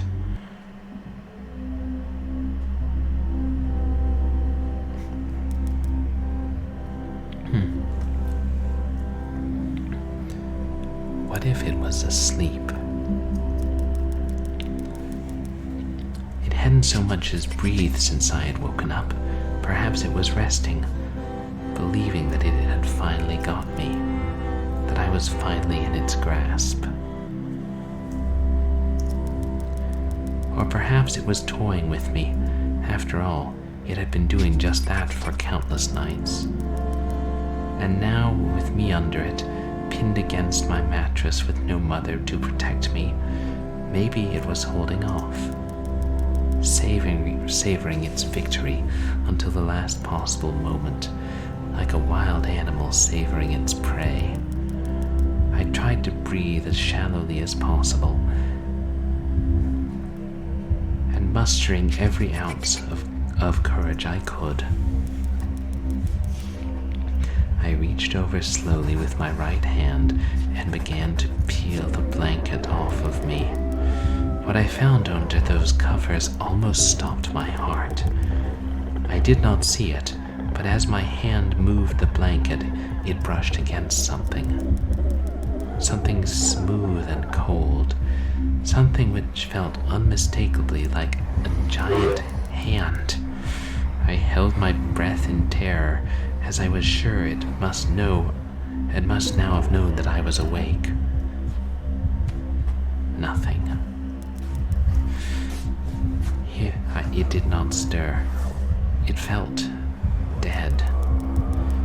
After a few moments, I placed my hand carefully further down the blanket and felt a thin, poorly formed forearm. My confidence and almost twisted sense of curiosity grew, and I moved further down to a disproportionately large bicep middle muscle. The arm was outstretched, lying across my chest, with the hand resting on my left shoulder, as if it had grabbed me in my sleep. I realized that I would have to move this cadaverous appendage if I even so much as hoped to escape its grasp. For some reason, the feeling of torn, ragged clothing on the shoulder of this nighttime invader stopped me in my tracks. Fear once again swelled in my stomach and in my chest, and I recoiled my hand in disgust at the touch of straggled, oily hair. I could not bring myself to touch its face, although I wonder to this day what it would have felt like. Dear God, it moved.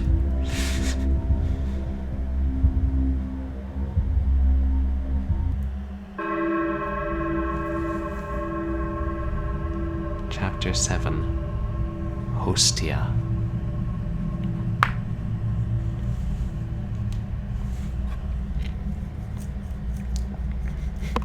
Which must be the last chapter.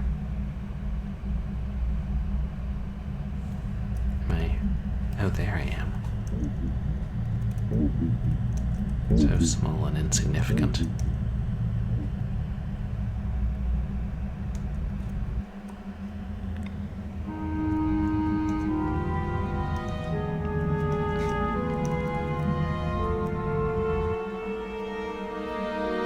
What did I just walk into?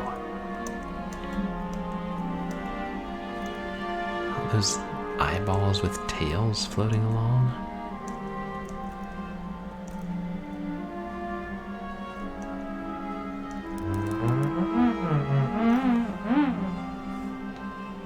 The last enemy that shall be destroyed is death.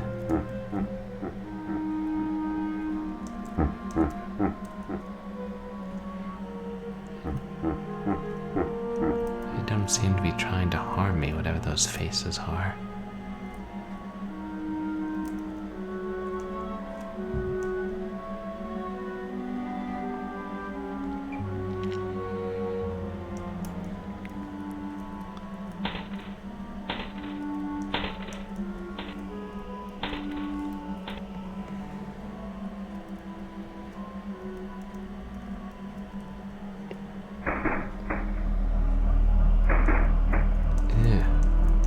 These things.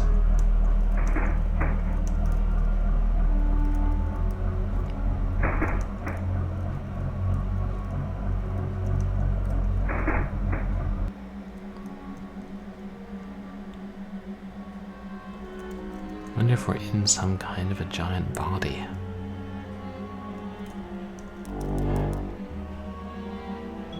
At a crossroads in life, what does one do? Stand at the crossroads if you will, but if you'll not choose, I'll move on without you.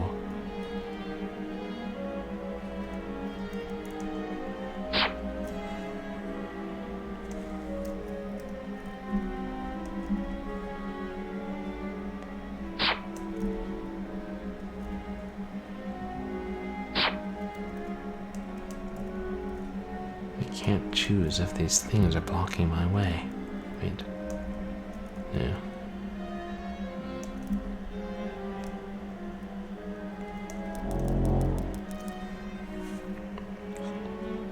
And having once chosen never seek to return to that crossroads, the crossroads of that decision.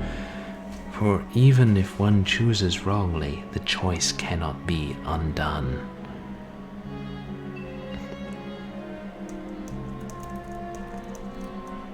I have no choice but to return.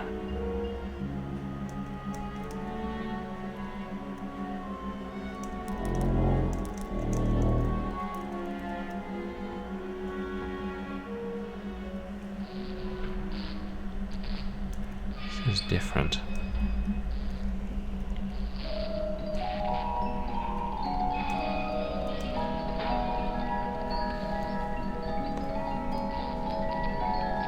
Looks like human heads in the darkness. I can't make out much more than that.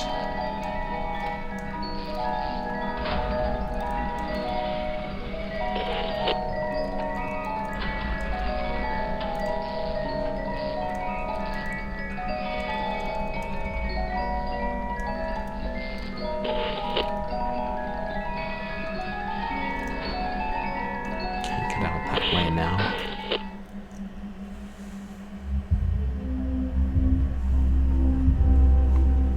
In the room.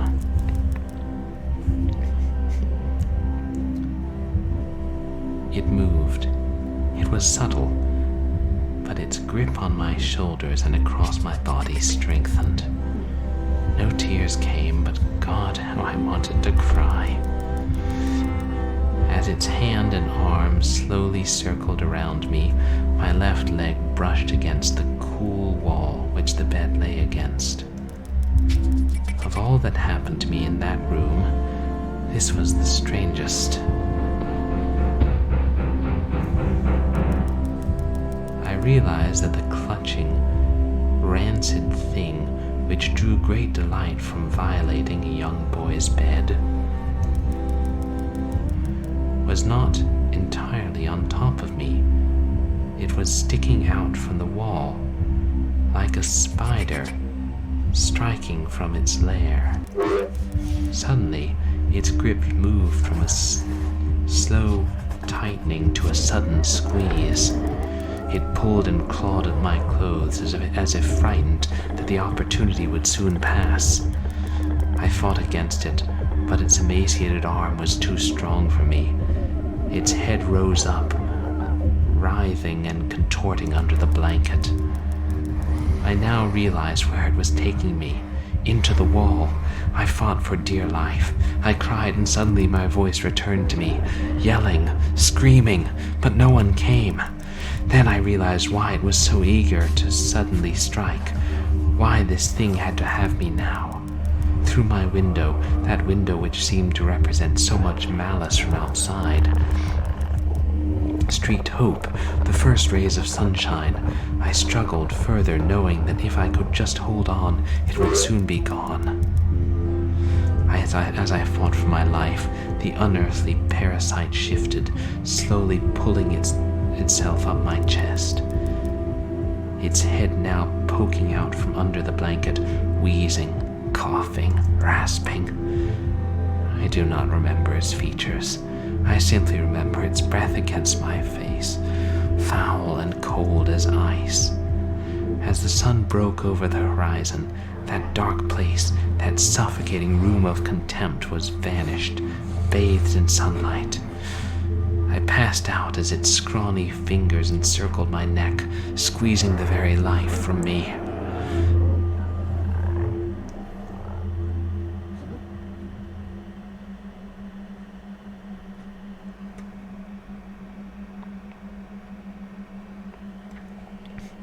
I awoke to my father offering to make me some breakfast.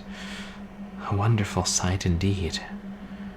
I had survived the most horrible experience of my life until then and now.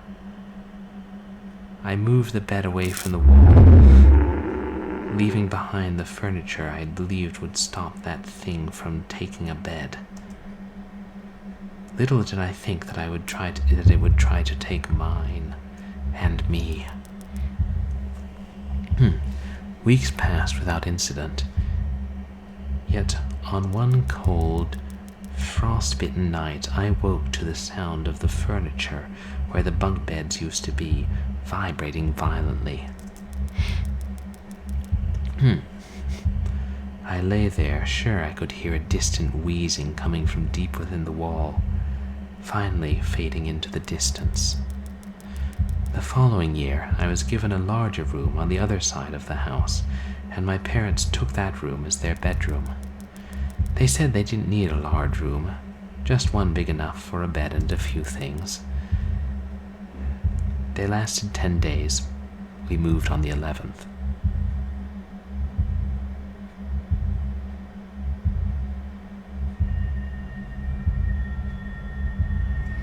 It moves.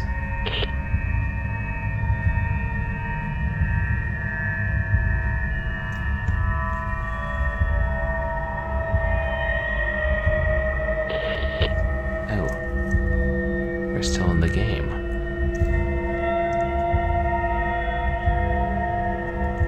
Must look like text. Bedtime.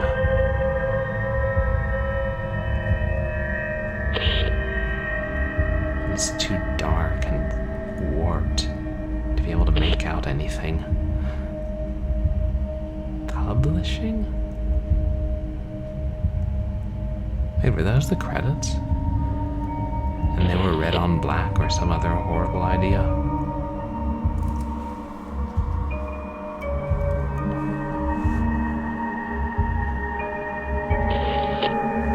The end.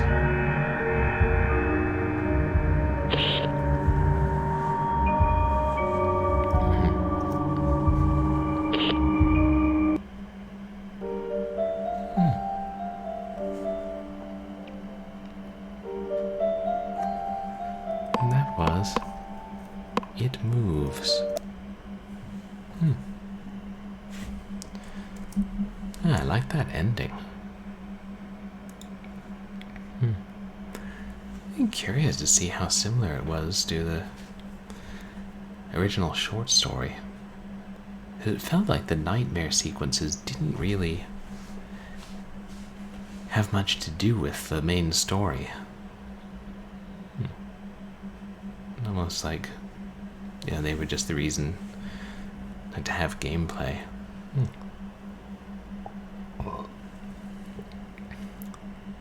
Really creepy story, though. And I like that it doesn't explain too much. Just that thing's there, and you can be pretty sure it's real if they moved out of the house. Whatever it was. Yeah, fun game. And longer than I expected. I think that was like almost 2 hours. And some of that was me wandering around, as usual. I'll go ahead and wrap up and find somebody for us to raid. Oh, there are a couple of people I hope are still online. But, right, to let you guys know what's coming up. As I mentioned earlier, tomorrow I'm going to be streaming Military Quest by Zoramium Software, which is an older indie adventure game that I don't believe is publicly available right now. And the developers should hopefully visit for a bit, knock on wood. But I have to go to a dinner tomorrow night, so I'll be starting early. It's about time I started streaming at some time other than outrageously late at night anyway. So I should be starting at 12, sometime around 12:30 or 1 p.m. tomorrow, Pacific Daylight Time. And we'll hopefully make it through the full game, and if not, we'll finish it the following Sunday along with something else. But yeah, I'm excited to try that out. I always love discovering obscure games. Then Wednesday we'll be continuing Resident Evil for the GameCube, and I don't know how far we are. I mean, I would guess 3/4 of the way. There's someone was telling me in chat who'd played it that it was getting somewhat closer to the end, and I would probably have enough ink ribbons to last me through the rest of the game. And then next weekend we'll do more Short Horror Saturday, and we'll see if I have Blip and Blop working. And yes, the community challenge was successful, and thank you so much to everybody who contributed channel points. So at some point soon I'll be playing a real-time strategy game, specifically Herzog's Zwei, which was the first real-time strategy game released for the Sega Genesis. Yeah, and I can't promise that I will finish it. I can promise I'll give it a really good go. Probably make it through at least a couple of streams worth. Yeah, well, I'll let you guys know when that'll be happening. I want to at least finish Military Quest and, what's it called? Resident Evil first. There are really a couple other games I should finish because I'm going to be getting a new used computer soon.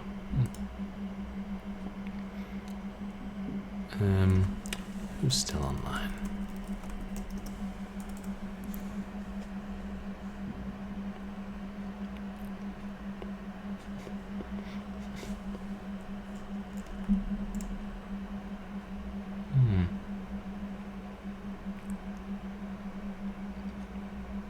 Yes. Captain's playing more Beyond a Steel Sky. Dradsky's offline. Oh, thanks, Lardy. I appreciate it.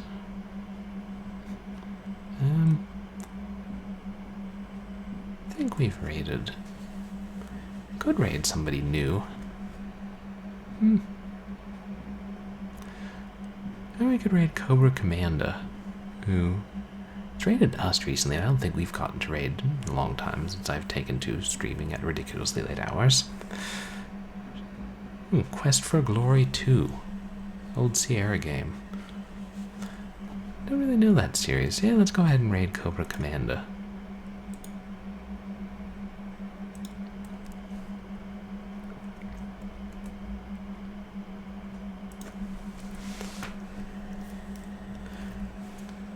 And I don't know that the graphics in this game will be more detailed than what I've been playing, but they should certainly be bigger.